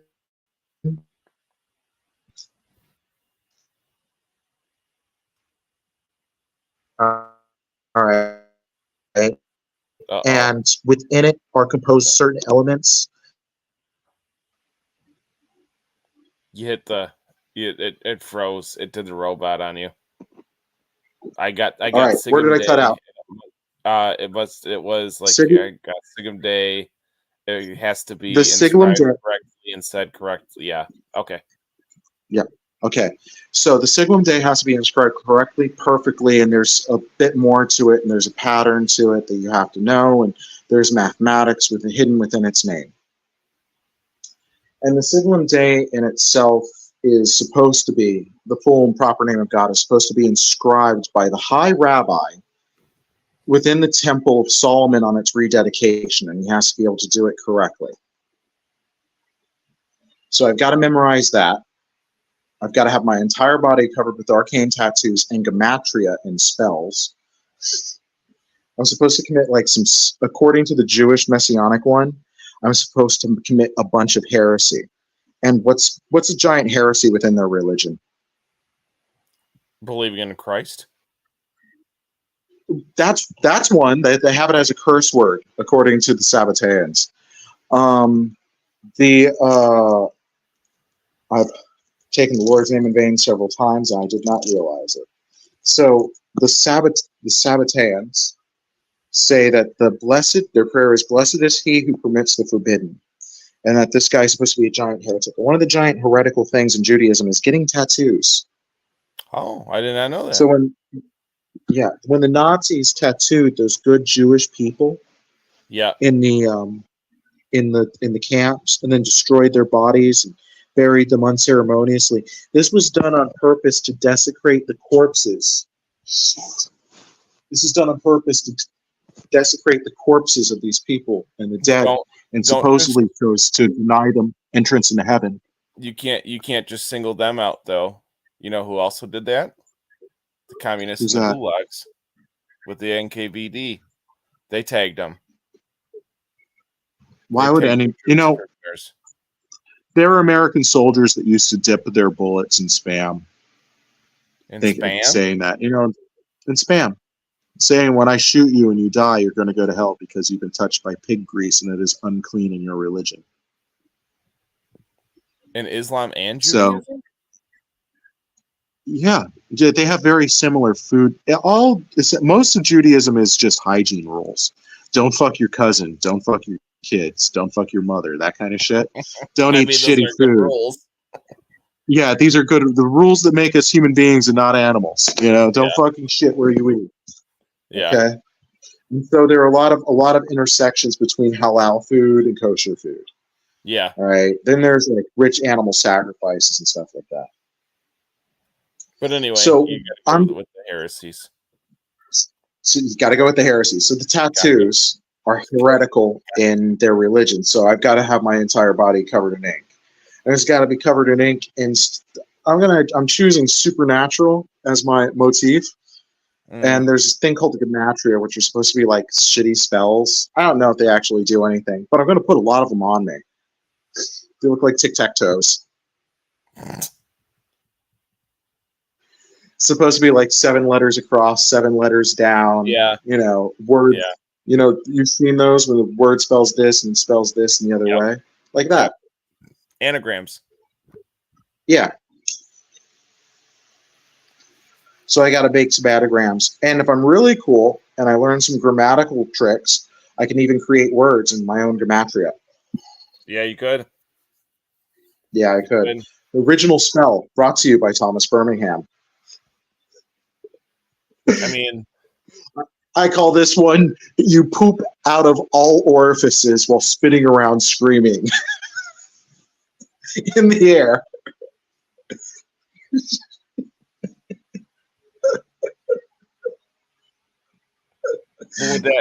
That's a miracle. Yeah. Who wants to fight me? Ah! Just have some guy screaming and shitting out of his nose. Just drop him. Who wants to fight me? Come on, bitches. Who wants some? I don't think they would go for that.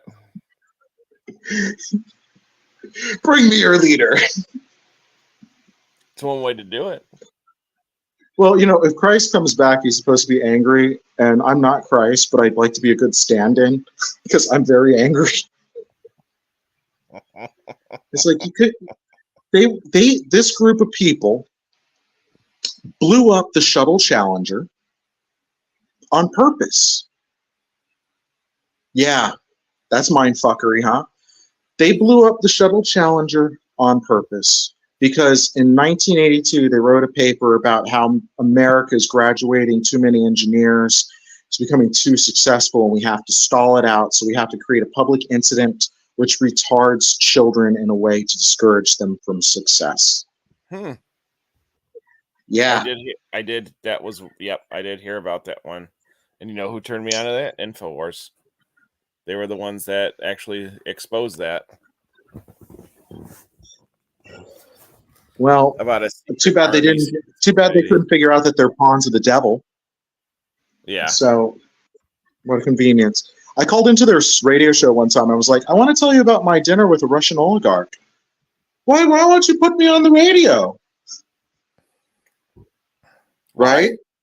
Why? Yeah. No, them. Yeah. InfoWars. I called in and I was like, hey, I want to tell you I've met a Russian oligarch that was responsible for World War III. I was at the wedding of his daughter. I was in Italy. Would you like to hear more about this story? Not put on. Well, shocker there, right? Yeah. InfoWars doesn't actually... InfoWars is like fucking faked. They don't talk about the important stuff. When they do talk about the important stuff, they misguide people. Yep. They have to. All right. Yeah. All right. Then people are incredibly dumb who believe in lizard aliens. Seriously? I mean, it's great, though. Shape-shifting lizard aliens. Or hear me out here. The person couldn't say Zionist Jews, so he said inhuman person, and then he's like, well, they're very lizard-brained, so we'll just call them inhuman lizard people. Yeah, lizard aliens. Done. There. Yep. It's a literary device. Yep. They take it so seriously. People that read things literally are dangerous. Once again, you know that? The superfan phenomenon. They take things literally. See, this is why you do not need to give these people power. You can't. They have to stay at a certain level. Otherwise, you're messing with you're just messing with the whole deal.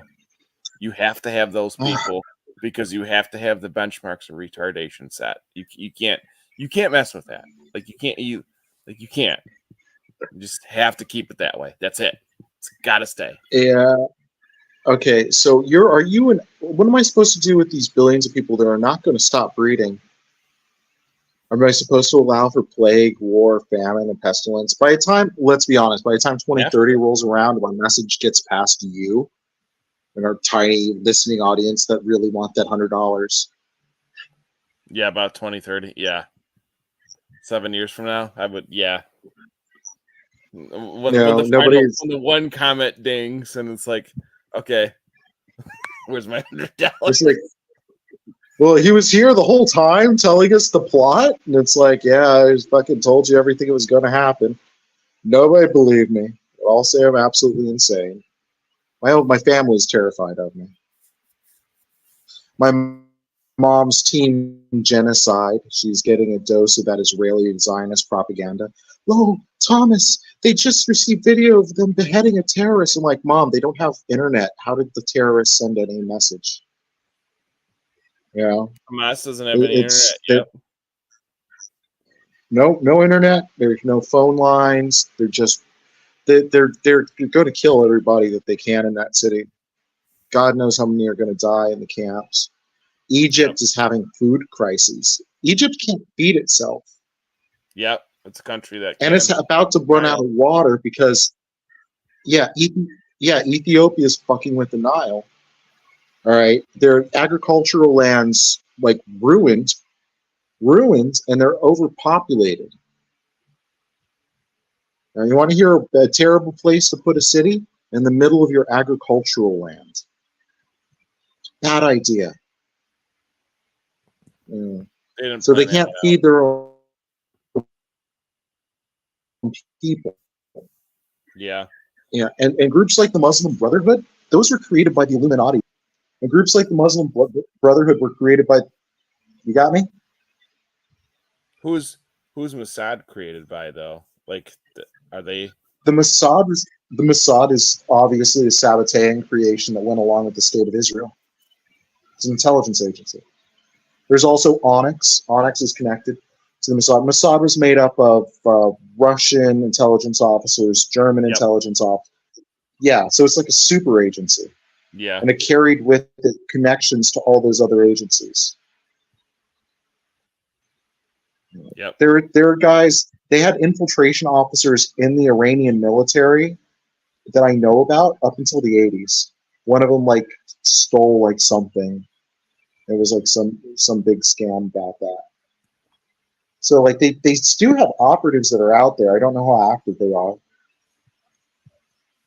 And apparently there's an element within the American Masonic lodges that's trying to cause Israel to kill itself along with the Arabs. And that this is supposed to cause some kind of religious event, like a forsaking of religious doctrine because look how irrational it is. Yeah, that makes sense. So that's a very conservative talking point because of how flip-flop this can get, because you have Muslims and Jews killing each other off. So how much better is Christianity out of those three? We've committed horrible atrocities. We all have. All right. We've done it to ourselves. We've done it to others. And do we accept this as the way of the world? Do we accept that the traditional history of mankind, even in the Bible, going back thousands and thousands of years, has been mass genocide of the undesirables every once in a while? And who decides who's undesirable? Yeah. And before, these used to be events that would occur naturally. Plagues, wars because of food shortages and stuff like that. And now we're having this because we've had such an overabundance that we couldn't manage ourselves. We're going to collapse inward. And then once our populations collapse, like in that Utopia experiment, oh my God, it's the Utopia experiment. The rats. Do you know that one? No. Jimmy? I don't know that one. Utopia experiments were rats that were kept in a barn and given an abundance of resources until they overpopulated their areas and then their populations collapsed.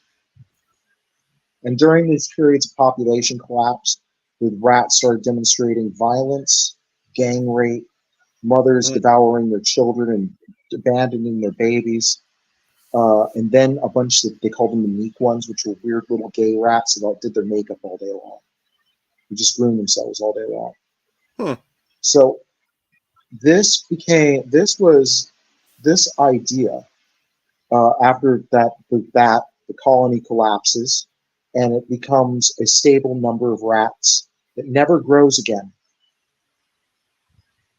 Now, this has happened in history multiple times, multiple civilizations, and until they reach a homeostasis with their environment, and until an invasive species or event causes change in that organism's environment, drastic change, does it motivate the organism itself to grow and change and improve?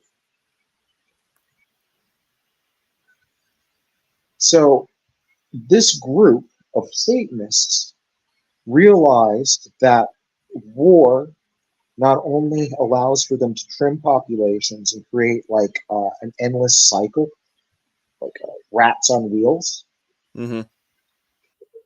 It allows for them to enslave these people and then control their numbers and in controlled experiments of antagonized warfare, so that no matter what, one of the organisms always wins. And then they're able to grow and proliferate science and technology, because nothing inspires people more to get up off of their ass than a hate boner. We have to go and get those motherfuckers for the horrible shit that they've done. Well, mankind. Yeah, I mean, you have the complete lack of mysticism within evangelism and Protestantism, and they have to take Zionism. They have to basically turn it into Christian Zionism. So that complete lack of empathy for the towelheads leads to, oh, well, we need to defend Israel. Well, but that's not the true Israel. Like, you retards are just as bad as the towelheads. So yeah, you guys are literally serving. Well, here's the thing, though. The towelheads have been fucked with groups like the Muslim Brotherhood, which were created by the Masons, who were controlled by the Illuminati, so as to destabilize the area to cause these wars. All this was desired. Yep. All right, these people aren't idiots. They're just as smart as you or I. They knew what was going to happen. They foresaw the consequences. They knew it because they desired it. They desired the conflict. They desired the arms sales, the wars, the excuse for development. How are you gonna do tests on people, biological tests on people, in any other environment than that? Yeah. The horrors that the Nazis did. All right, the horrors that the Chinese now do to their own people. So in this chaos, it was people just do as you're told so you can get your sack of potatoes. Don't speak up or else they'll get you. They're not adverse to blackmail and violence. Nope. All right. I knew this Jewish kid in my... Now it's been character assassination. That's what they're trying to do with the alt-right. It's complete character assassination. I have no character to assassinate. Yeah, but that's what I mean. That's why Alex Jones is that disinformation officer, because it's character assassination. So everybody who is a white supremacist or everybody who thinks like he does, it's a complete characterization of it. It's a meme. It's a meme. Yeah. Fucking Alex Jones, a piece of shit. But you see what I mean? It's that constant characterization, though. And Dugan has his card in it too. He's the one who's employing the magic and deploying the magic. Literally, he's probably, God knows what kind of spells he casts. Chaos magic. It's complete chaos magic. Yeah. That's why I don't take his. That's why I don't take his whole I'm Orthodox seriously, because I'm like, well, you already did damage there, buddy. Yeah, so, well, he could be a Sabbatean for all I know. He does believe the Kabbalah is one of the greatest gifts given to mankind. So, it's pretty cool, actually. The spheres of Kabbalah. I don't know them like they know them. I know them differently. Right? There's like 9 of them. There's Prime, the source of all energy. there's mind, which is, bina, and then there's spirit, which is will, which combine. So you've got this prime energy. At some point, it began to have binary data, and then at a certain point, this binary data develops into a spirit, but that takes time, which is another sphere, which is also connected to energy and forces that govern the universe, which is another sphere, which give way to matter. All right, but you have to have a place to put matter that creates correspondence to the position within time and space that this energy and matter is located within the mind of God and his spirit, all from source of energy. And then there's life that assembles out of these components. Matter of fact, there's life forms that can appear because all the spheres are connected. There's life forms that can appear that aren't even connected to matter.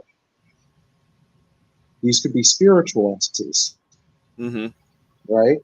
And then there is also, finally, once we get past life, we get to entropy. And entropy is the state of decay that brings everything back together from the end to the beginning. All right, and that Ouroboros effect. And they say that it'll decay down to last shall be first. Yeah, there we go. And that the Messiah was there at the end of the universe as he was there at the beginning. So the Kabbalah does have a lot of things to teach us, in that these were gifts given to men of great thought and contemplation that were struggling to understand the universe. And their contemplations were put into mathematics. Greek mathematicians and theologians and Egyptian ones such as Thoth Hermes and men like Aristotle or Pythagoras had their contributions over time. Shoulders of giants, one might say. These inventions are built upon. But it wasn't until men like Sir Isaac Newton realized that the Emerald Tablet of Hermes was indeed actually discussing the physics of the universe and not magic, and then was able to create mathematical formulas so as to represent these aspects of the universe. Now, these, man cannot simply conceive of all things. So Kabbalah conceived of other things as well that were later put into practice by men such as Oppenheimer. Oppenheimer, who created the nuclear bomb, his family were one of the original founding families of the Illuminati. Would Oppenheimer have been able to have his nuclear bomb project requiring all the resources of Germany and America? Nope. But for these world wars?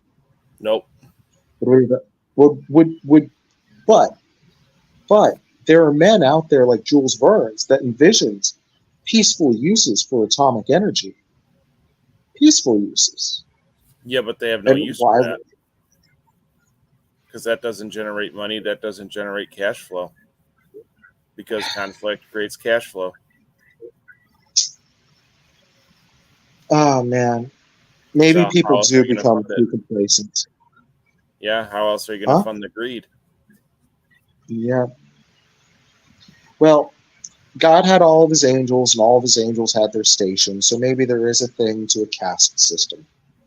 And maybe there's a place for rebels too. Like the Harrison Bergeron. But don't worry, there'll always be the information available to these people should they want to rise above it, and change the world for the better. But I don't think that these guys have that intention. I don't think that when I had a rich Jewish man who was definitely among them look me in the face and he said, the niggers are only good for sports and labor. They're good for sex too, and good conversation. The music's wonderful, great cooking, fantastic people, and wonderful, wonderful, wonderful hosts. And I didn't need to sleep with somebody's ugly wife. Sexual hospitality of the Sabbatarian. So, when I get that feeling, when Zuckerberg sucked Benjamin Netanyahu's cock. And what's your wish, little boy? I want to own Facebook. Fuck you, Zuckerberg. So I personally don't think my family invented a bunch of computer shit. We did that without war. We collapsed the Soviet Union by accident with information. Probably a good idea. The computers that we made, right? Do you think that evil Zion? Huh? That's a good idea. It was a great idea. Yeah, Ted was a super genius. My Uncle Ted invented this fantastic technology that's changed the world and facilitated electronic publishing, like PDFs and all the books that we have today because of him. Steve Jobs can suck our fucking cock, right? Steve Jobs, Bill Gates, those people would not exist. Adobe wouldn't exist. My family didn't get its money. They stole it. Same people that stole my 44 million pounds recently from my uncle 15 years ago. 40 years ago, stole our technology and didn't pay us for it. And now they want to take us all and deliver us into ignorance and slavery. Mm-hmm. I'm going to beat their ass with my glowy lightsaber.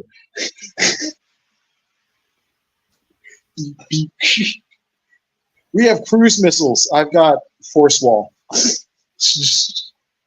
think it would be cool to have D&D spells. It's like, what are you going to do in my D&D game to show you how ham I am in my D&D games? You ever play D&D? No. What's your favorite character? No, motherfucker! You are required to play Dungeons and Dragons with me at least once. I'll try and not ruin your game. We could try it. Okay, so when my girlfriend gets down here, we'll have a group game. So my fiance, she's black. I already wrote that those racist sons of bitches will have to kiss my mixed race kids' feet. Mamsers. What's the worst thing you could do to a bunch of racist, ultra elite Zionists? Make your kids mamsers. Huh? Mamser. Have you ever heard that term? It's funny because it's funny on how the alt-right developed that term. It's basically what they call mixed race children. They're bastards. No matter if their parents are married or not. But it's a Hebrew word. Imagine that. You know, and if you read the Bible, have you ever heard the story of Astra? Astra? Yeah. No. Should be more famous. Astra was a Jewish king that judged his people impure, and so he killed half of them. Along racial lines. Okay. No. Huh. King Astra? Yep. Not Astrid. It's like spelled weird too. Like AE or something like that, or AI. Yeah. So I don't like the idea of people doing that. It's too easy, you know? I mean, look at me. I'm so fucking awesome. Who am I to say who should live and who should die? I like you, Jimmy. Did you have retarded little kids yet? No. Why not? Why? Is it because you're poor?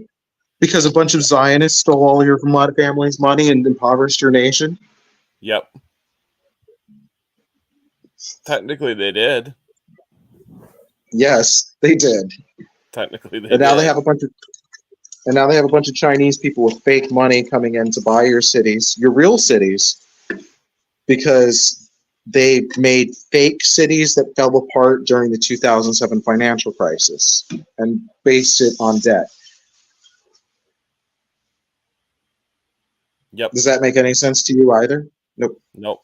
You know, in the United States, there's an aquifer being drained so that they can make horse food to feed the rich race horses of Middle Eastern kings.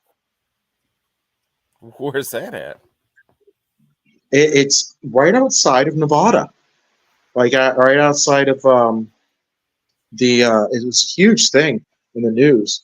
Right outside of Las Vegas, there's this town and you can see it from space, and it's just like, holy shit, those are a lot of grain fields, and they're growing buckwheat or alfalfa or something like that.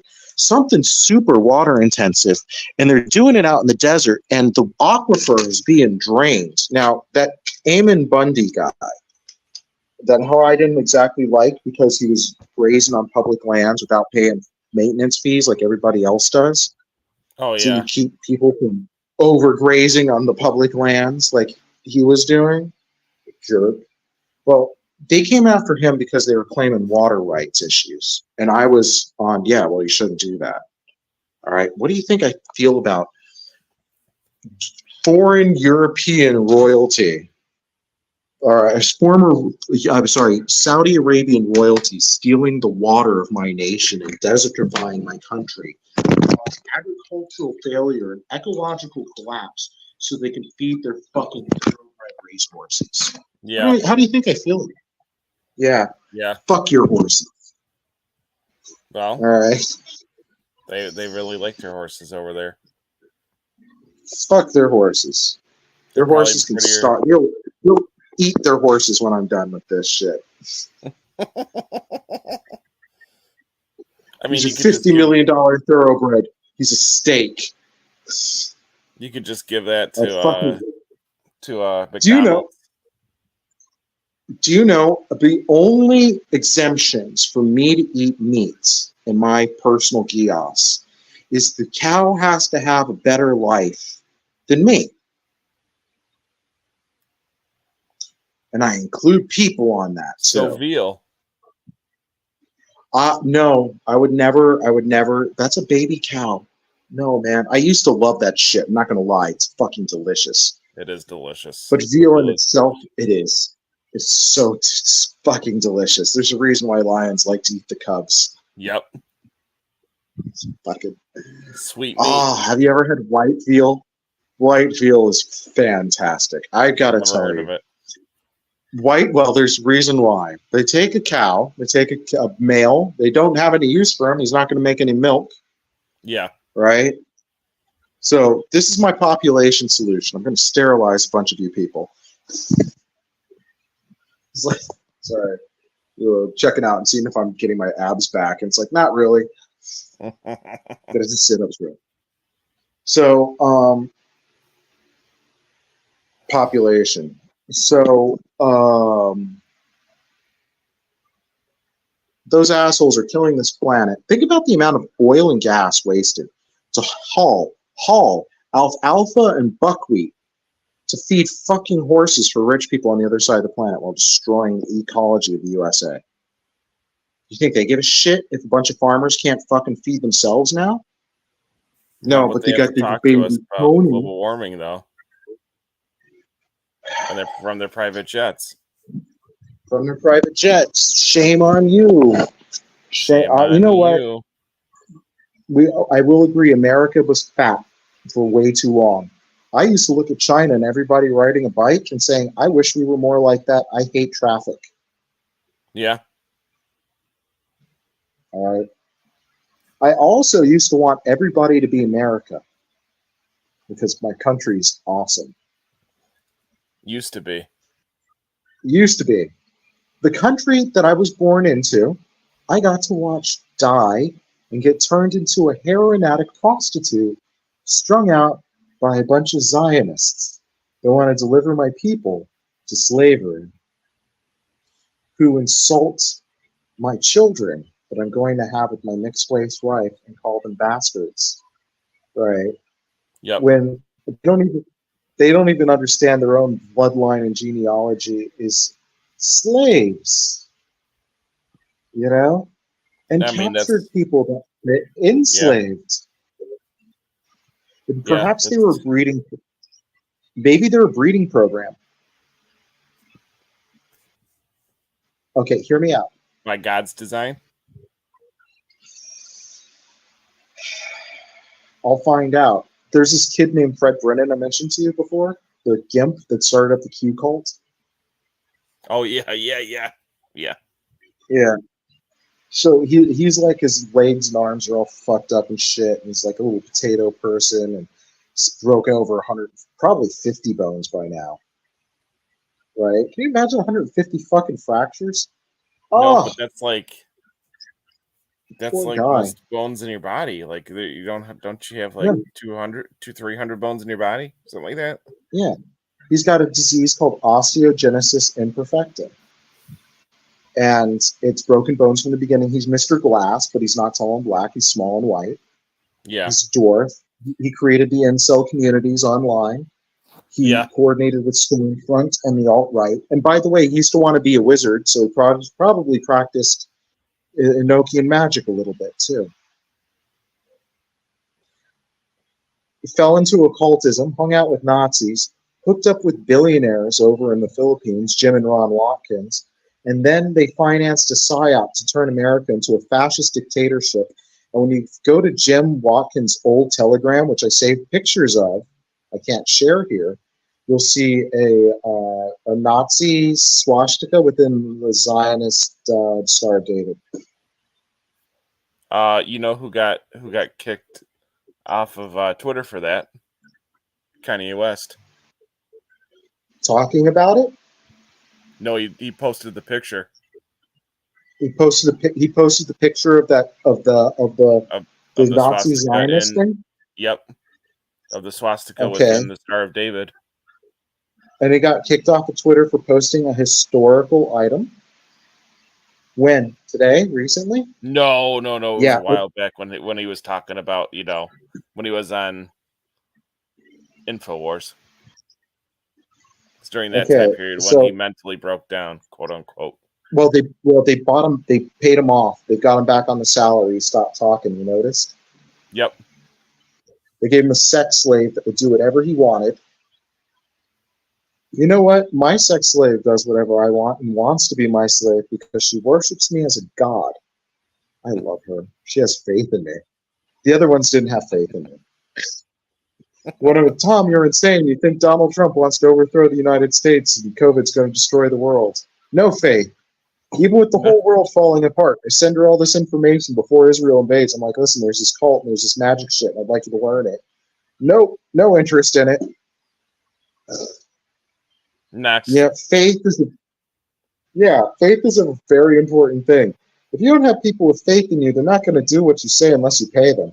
And I don't need mercenaries right now. I don't have any money to pay anybody. He's like, go out and do my will. Pay me. Fuck you. God told you to do it. Isn't that good enough? No. Not nowadays. No. No, remember, there's $100 at the end of the broadcast. Remember. He can't pay anybody, but he's giving out money. You pass the test, they'll give you $100. Fucking broke. That's a lot of money to me. So, in 7 years, people will find this and go, shit. Actually, I think I'm already under government surveillance. Why are the gay Arab horses now eating our alfalfa? Gay Arabian horses. Gay. They don't even let those horses have like actual sex. They've never actually fucked a female horse. They all fuck like a fake horse. So that they can get that jizz because it's worth money. Yeah, because it's a stud. Yeah. It's a stud. It's worth money. Yeah, that makes sense. So I would just be letting that guy fuck as much as he wanted if it was my horse. He wants bitches. Here's your harem. Shit, I got too many championship horses. Don't worry. The ones that don't run fast, I eat, and you can always make more. So maybe this is how the devil looks at souls. All right, you've reached maximum capacity. Kill 2/3 of the planet and let me eat you. Maybe that's what this is. I've heard one reference in some of the occult literature that they refer to it as the sweetening. Oh. Yeah. We'll make it a terribly fat, decadent, sinful society, totally blind to God. They'll be absolute morons. They'll be easily misled and totally devoured by false gods and whatever things we sacrifice them to. That makes sense. Well, the Egyptian god Set the world on fire to bring about his reign, to try to get rid of his brother Horus. Why? Horus was not a bad guy. That's exactly the point, though. Yeah. Evil people will kill the good guy, burn the world down so that they can have power. So yep. It's up to the people to stop guys like Set from burning the world down and fucking up the place and ruining it for everybody. Viva la resistance. And so it's not Fred, it's not an accident that's an archetype. Do you know after we liberated France from the Nazis, we kept the Nazi-backed government of France? We kept it? Yep. Yeah. Nazis are gone, but we kept the French Nazis. Les Miserables. Oops. Der Franken Miserables. It's like I can't make any. That's a hard crossover for me. Nagila Hava. I don't remember any of the words.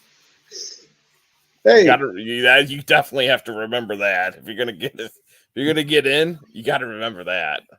And Shalom Shabbat. I mean, you got to come on. Nope. Come on. You got to spit a lot too. You got to spit a lot. Oh, at all the people that aren't Jewish at your feet? Hey. I couldn't do Welsh, so I'm not going to do Hebrew.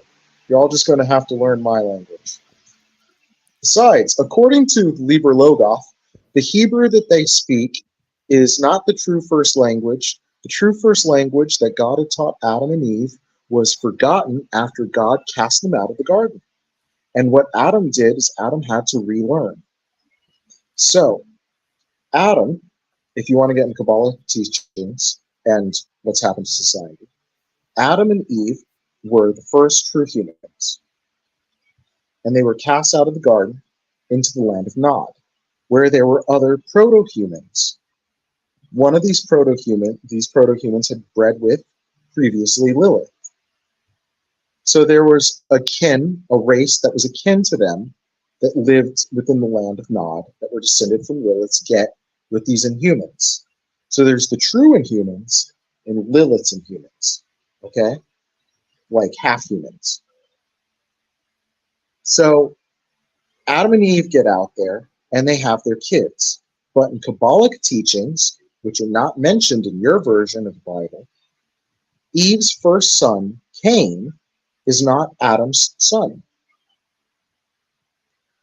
Eve's first son, Cain, is actually the son of the angel Samael, who fucked Eve and then got Eve to go and seduce her husband to eat from the fruit.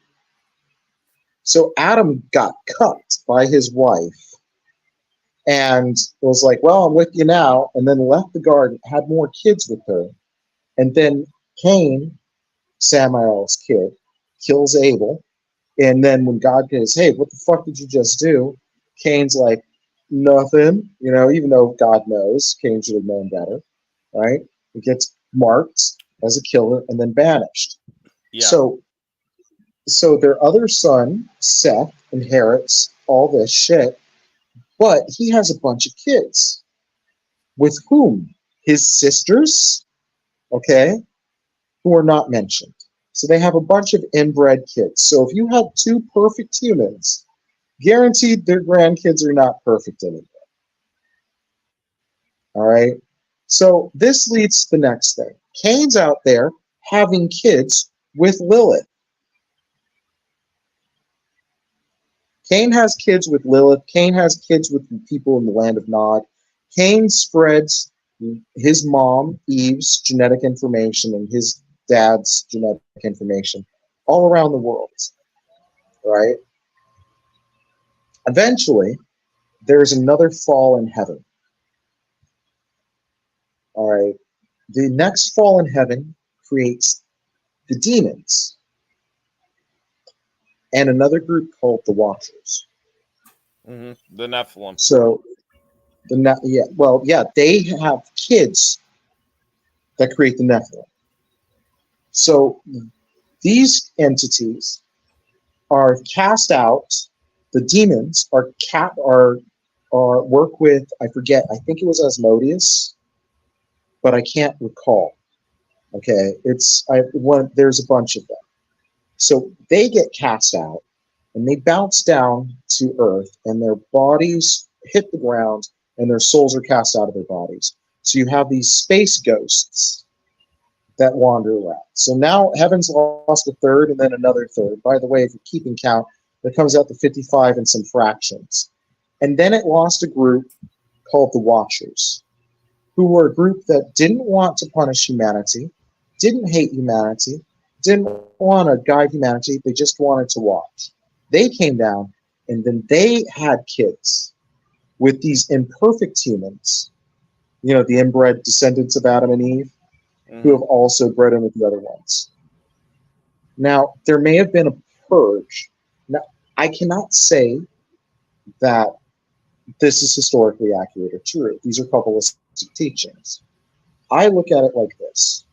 There was, at one point in time, the first true humans. There is the mitochondrial Eve, who was born into a world of stupid monkeys. And maybe she was lucky and had one other guy in that group that wasn't a total retard. And then they had kids. All right. And then their kids eventually got to a point where their tribe went out and killed or assimilated other tribes. And this has just been the nature of humanity for a long time. It is survival of the fittest. It is survival of the strongest. It is a constant eugenics experiment. Mankind has killed off himself and variations of himself multiple times and kidnapped and bred in with them. Like there's like midget people from Indonesia. All right. There's the native aboriginals, right? So within the Jewish group, they believe, and I can't really disagree too much on this because they're super geniuses. It's fucking crazy, right? It's like, well, they do have IQs that regularly clock over 150.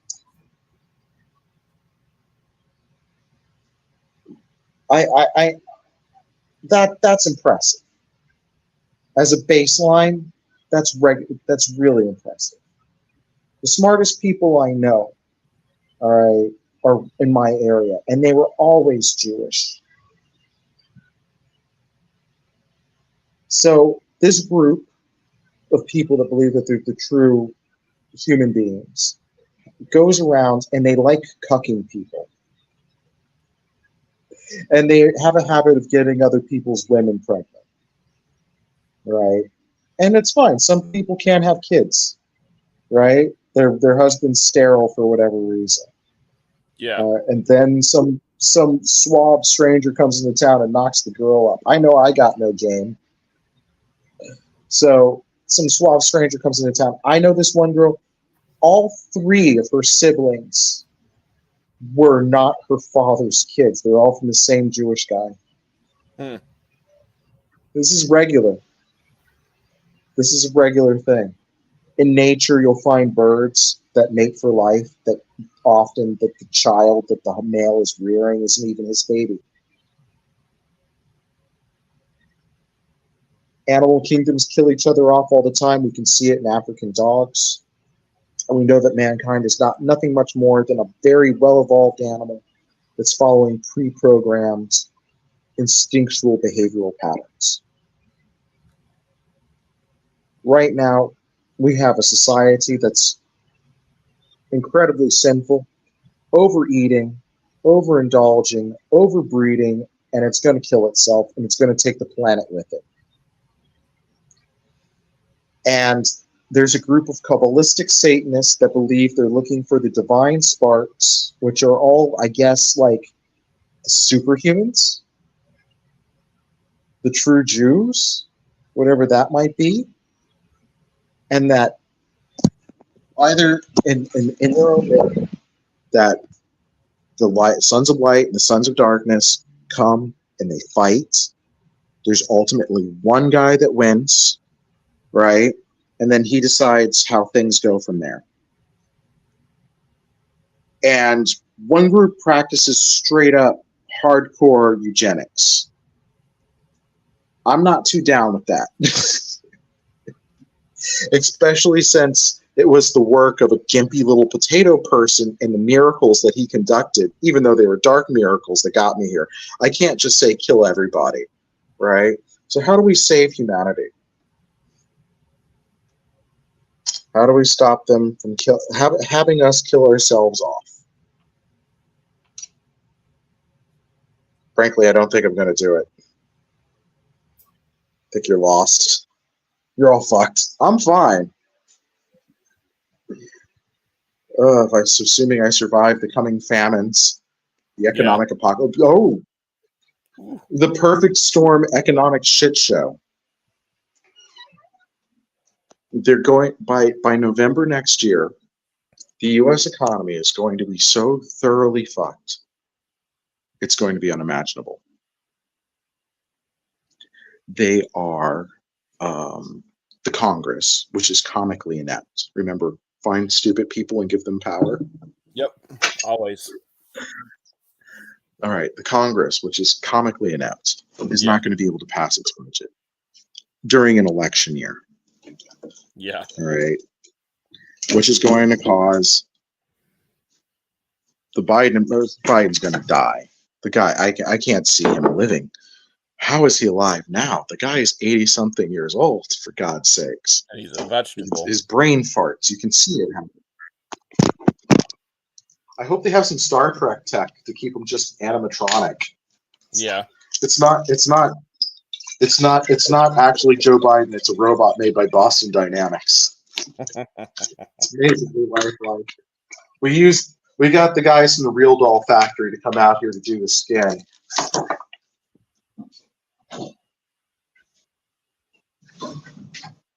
You know, real dolls. That's evil. What are you going to do? We're going to go and make perfect, lifelike rubber dolls, and people are going to marry them and not have kids. God, it's like sterilizing cats. White race is doomed from anime pillows. Always. That's always that was always the plan. That was always the plan. Release the anime pillows. Yep. So little did they know their plan to diminish the white race means nothing to me because I'm already diminished. But I'm still smarter than them. So you got I have met, dude. Have you ever met a poor black person that's come from nothing to become incredibly successful?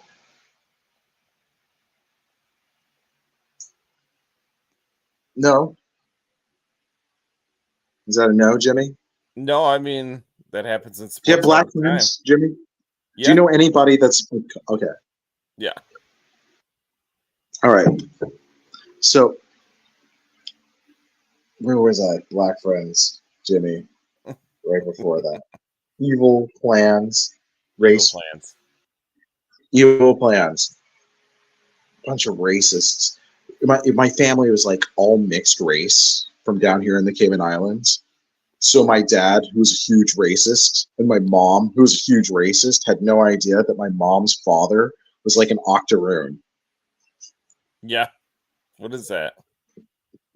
It's like 1/8 black. It's like your great-grandfather was a white guy or was a black guy. Oh. So yeah. So the Native American role. Yeah. So when I told my mom, then I'm like, and according to this, you're 4.5% or 5% African from Swaziland. My mom's like, it starts freaking out. No, we're Italian. I'm like, no, we're not dark because we're Italian. We're dark because we're black, Mom. We got some eggplant in there. At least you tan. Yeah.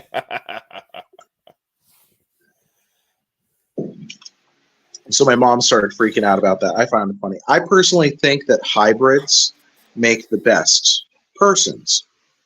So the Jamaicans are these people that are they're calico people. They're very mixed in culture. and race. There's Irish influence in there, and every tourist that ever dropped his dick in it. So I've met men from Jamaica that are functionally illiterate, construction workers. And these are common. These are very common. Who put their kids through college, and then they produce 2 doctors, a lawyer, and an engineer who's a starting lineman for fucking Notre Dame football. Right? And then I'm going to have some little rich, skinny Jewish guy who's never done a day of labor in his life with soft hands tell me they're only good for sports and labor. What a fucking jerk. I'm a lazy pig. I know that. I'm not going to say I'm better than anybody else, even though I am. But just lazy. Fireball. What was it? Poopy out of all holes while spitting in the air, screaming. Yeah, that's imagery right there. That's an AI. You need to like generate that as AI and send it. There you go. Oh, dude, have you ever watched Your Pretty Faces Go into Hell? No. Oh, you should watch it. It's written about a bunch of bureaucrats in Hell's office space whose job is to administrate this section of Hell. And it turns out that they don't actually work for the true devil. They work for a lesser devil. And whenever they like find out, he'll like jam like a toothpick up their fucking brain and lobotomize them so that they forget. And he's a real asshole. He's like, oh, listen, if you guys like my $100, if you guys like do a really good job at the office today and get a lot of people to damn their souls, I'll give you water. And then at the end of the contest, he just waterboards the guy. So it's an amusing show, and it's called Your Pretty Faces Going to Hell, and there's an animated series to it as well. Yeah, and you're right about the animations. I actually bought a laptop for it. Nice. Because 3 years ago, when the Vision started and stuff like that, I'm like, I have to get this message out. And to the girl that I was talking to at the time, who totally freaked out and ran away from me when I told her I was the Antichrist. Just ran. It's like, don't you want me to save you from the coming famine that these assholes are stating? Nope. Rather just thought I was crazy and scammed me out of my money. Man, can you imagine how scared she must be right now? Yeah. I hope she's alive. Yeah. Oh, I hope she's alive and didn't kill herself. I don't even know what happened. I'm pretty sure I got scammed. So,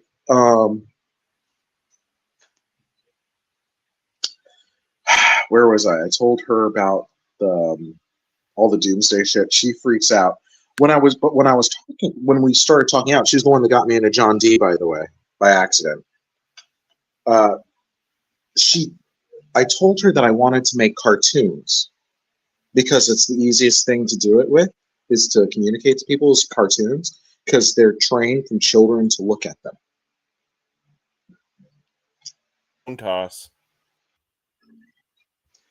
So you want to go and spread a message, make it easy for people to understand, make it a cartoon, and you can do cartoons so easily now because Adobe, remember those assholes that I said stole my family's money? Mm-hmm. Adobe went and probably stole from another hardworking family this technology that allows you to do rotoscope animation in Adobe Acrobat. So nice. I can just do a green screen behind me, and me and my friends can dress up like our characters, do our bits, draw it out, because it's sketching at that point in time, use Adobe Photoshop to animate it, and produce our material.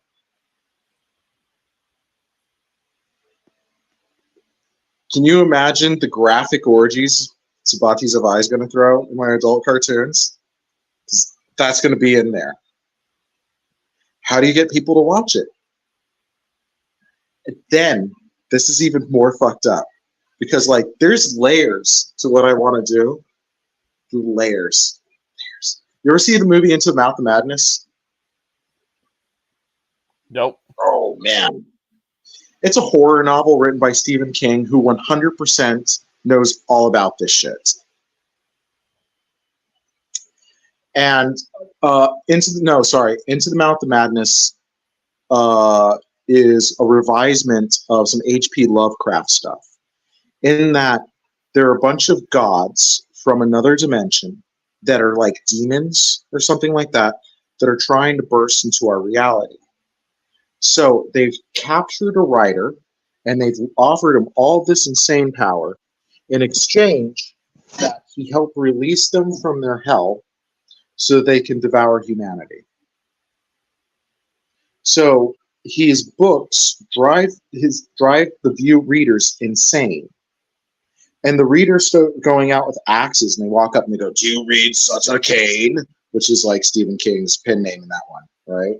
And the guy is like, "No, I don't read Sutter Kane." All of a sudden, the guy goes, "Then die!" And he pulls out like a fucking fire axe and starts murdering people. There's like school shootings going on. It's terrifying. The world's going insane. And this guy, so there's this guy who realizes that he's sent out by his company, the publishers. They're like, "You need to go and find Sutter Kane.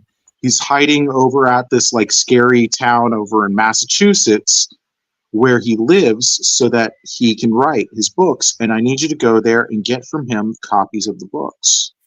Mm-hmm. All right, you're getting ready to pass out. So yeah. the writer takes the books and he goes on this journey and he tries to destroy the book, but he ends up finding out that it just skips him ahead in time. Dude, I got 28 views on a thing that I didn't even fucking publish in by the Russian shit. Do you know there's a much easier way of getting legal permission to fuck your kids than having to kill 2 million people? I mean, that is what this is all about, is some kind of weird incest cult, right? Let's just be honest. Let's put them all together and let them fucking suck each other until they're all dead. Just lock them away and walk away. Brutal. 28 views. I wonder... None, the other ones didn't get. This one got 5. Yemen would have been much better served spending those military resources on building homes and absorbing the Palestinian refugees. This is idiotic and clearly sets the goals of the Antichrist up. I'm going to politely encourage everyone to treat Israel as I would, and that means to just blockade them and the USA economically, and the UAE and the Saudis. They are sucking the Zio dick too. 5 views. 5. Just 5. It was like, this guy said we're a bunch of fucking cousin fuckers. 14 views. Hey guys, can someone maybe perhaps help me contact Iran's government for me to tell them to stand down? I'd like to negotiate a reasonable peace and to help guide us out of this situation. It'd be awful nice if we'd live through this and laugh about the time we almost did the devil's will and embarrass us before God. Perhaps it'd be super nice of you to save my fucking planet. Come on, guys. Listen to God. Listen to Jesus. They say, don't do what the devil tells you. Tells you to do because he told you to do it. All right? Do it because you know I'd want you to do it. Jesus or God. Do you think that I'd want you to commit genocide in my name? Launch nukes? No. Do not listen to Netanyahu. 14 views. You should post this too. This is definitely the most anti-Zionist podcast session we've done so far. I don't know if it's anti-Zionist. I was on the part talking about, well, they do have IQs that bench 155 on the regs. Yeah, but okay, and they have managed to bamboozle you idiots into giving them full control of the world virtually. Yeah, and if there are a few tweaks to their methods, I don't see a problem. All right, as long as we, get off planet. Oh yeah, there's an idea that they are raising us up for slave labor for alien species to harvest. Yep, I've heard that one too. You heard that one too? Yeah, I mean, I'm on Telegram, so yeah, of course I've heard that one. That's an interesting one. I mean, that one's been around for a while. There's been many iterations of that. Actually, the Anunnaki were the first kind of like deal with that. So, yeah, that kind of stuff. Ancient aliens. Yeah. There's many iterations of that though. Like you could just use anybody as a placeholder for that and just go hog wild with it. It's pretty easy to do. Yeah, I mean, you could. On my island, I have a friend of mine who lives in my house. Actually, he's an older man, old cocaine cowboy days kind of guy. 1980s, 1970s, that kind of shit. He's life's big pile of rubble. We get a lot of good memories and no regrets. Right now, he's with his daughter and his grandkids in Canada. We got his daughter up there because she's getting counseling. Bad taste in men. Needs a little dick every once in a while too. So decent dick. So he would told me that there was an alien spaceship that he and several other people saw, that burst out of the bay down here on the island. And that made me start thinking about the whole Hollow Earth shit. Mm-hmm. Yeah. What do you think about the Hollow Earth stuff? It's interesting. I don't think it's hollow, though. I don't think it's hollow either. But if you were an idiot and you didn't understand that if you were an alien species that can warp time and space. Yeah. And gravity. Yeah. And you have a planet like this one, and maybe there might be rules on associating with locals. So perhaps they have underground bases. Maybe they have underground bases specifically because they don't want to be noticed by other aliens coming through the area. So you set up an underground base, and you have your ships there. But human beings begin to move into the area. And now, because it's become critically populated, you have to evacuate. No, you can't just run around. Well, we could take off in the dark, moonless nights, that kind of stuff when people aren't out. Maybe on a stormy day, that kind of shit. And let's say human beings get to this area, and it's like one of your last outposts that you have. Like, fuck, we've got to leave, and you abandon it. So this guy and a boat of 4 other people that he was transporting from one side of the island to the other, from a hotel to the town, across the bay. And the people on the land, during broad daylight, saw an object that was very large emerge from the ocean. It wasn't a breaching of a manta ray. It wasn't the ocean itself. It was the bay, and the water in that area is 20 to 30 feet deep. And launch itself into space. So there is believable rumor that there was an alien. I believe this guy. We and I talk about a lot of really weird shit. So there is, on my island, 2 volcanic vents.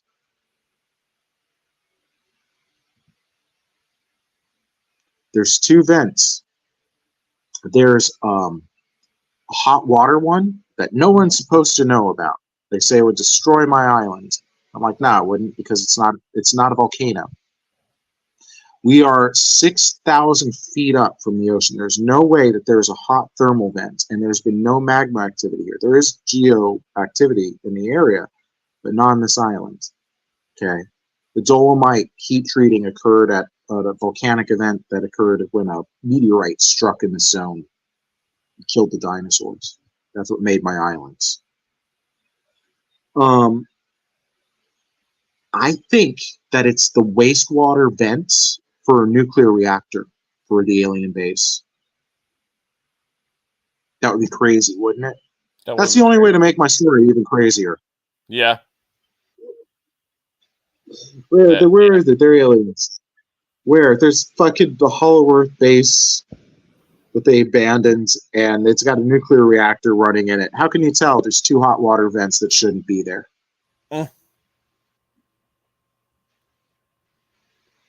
One's a 2 megawatt.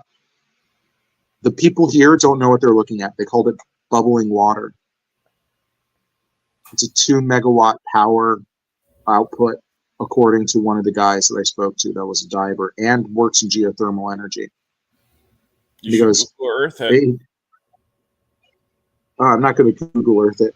I don't want anybody outside of who actually listened to this. Nobody should know. Nobody should know. Nobody should know. So the internet. $100. Yep. Nobody will watch this podcast.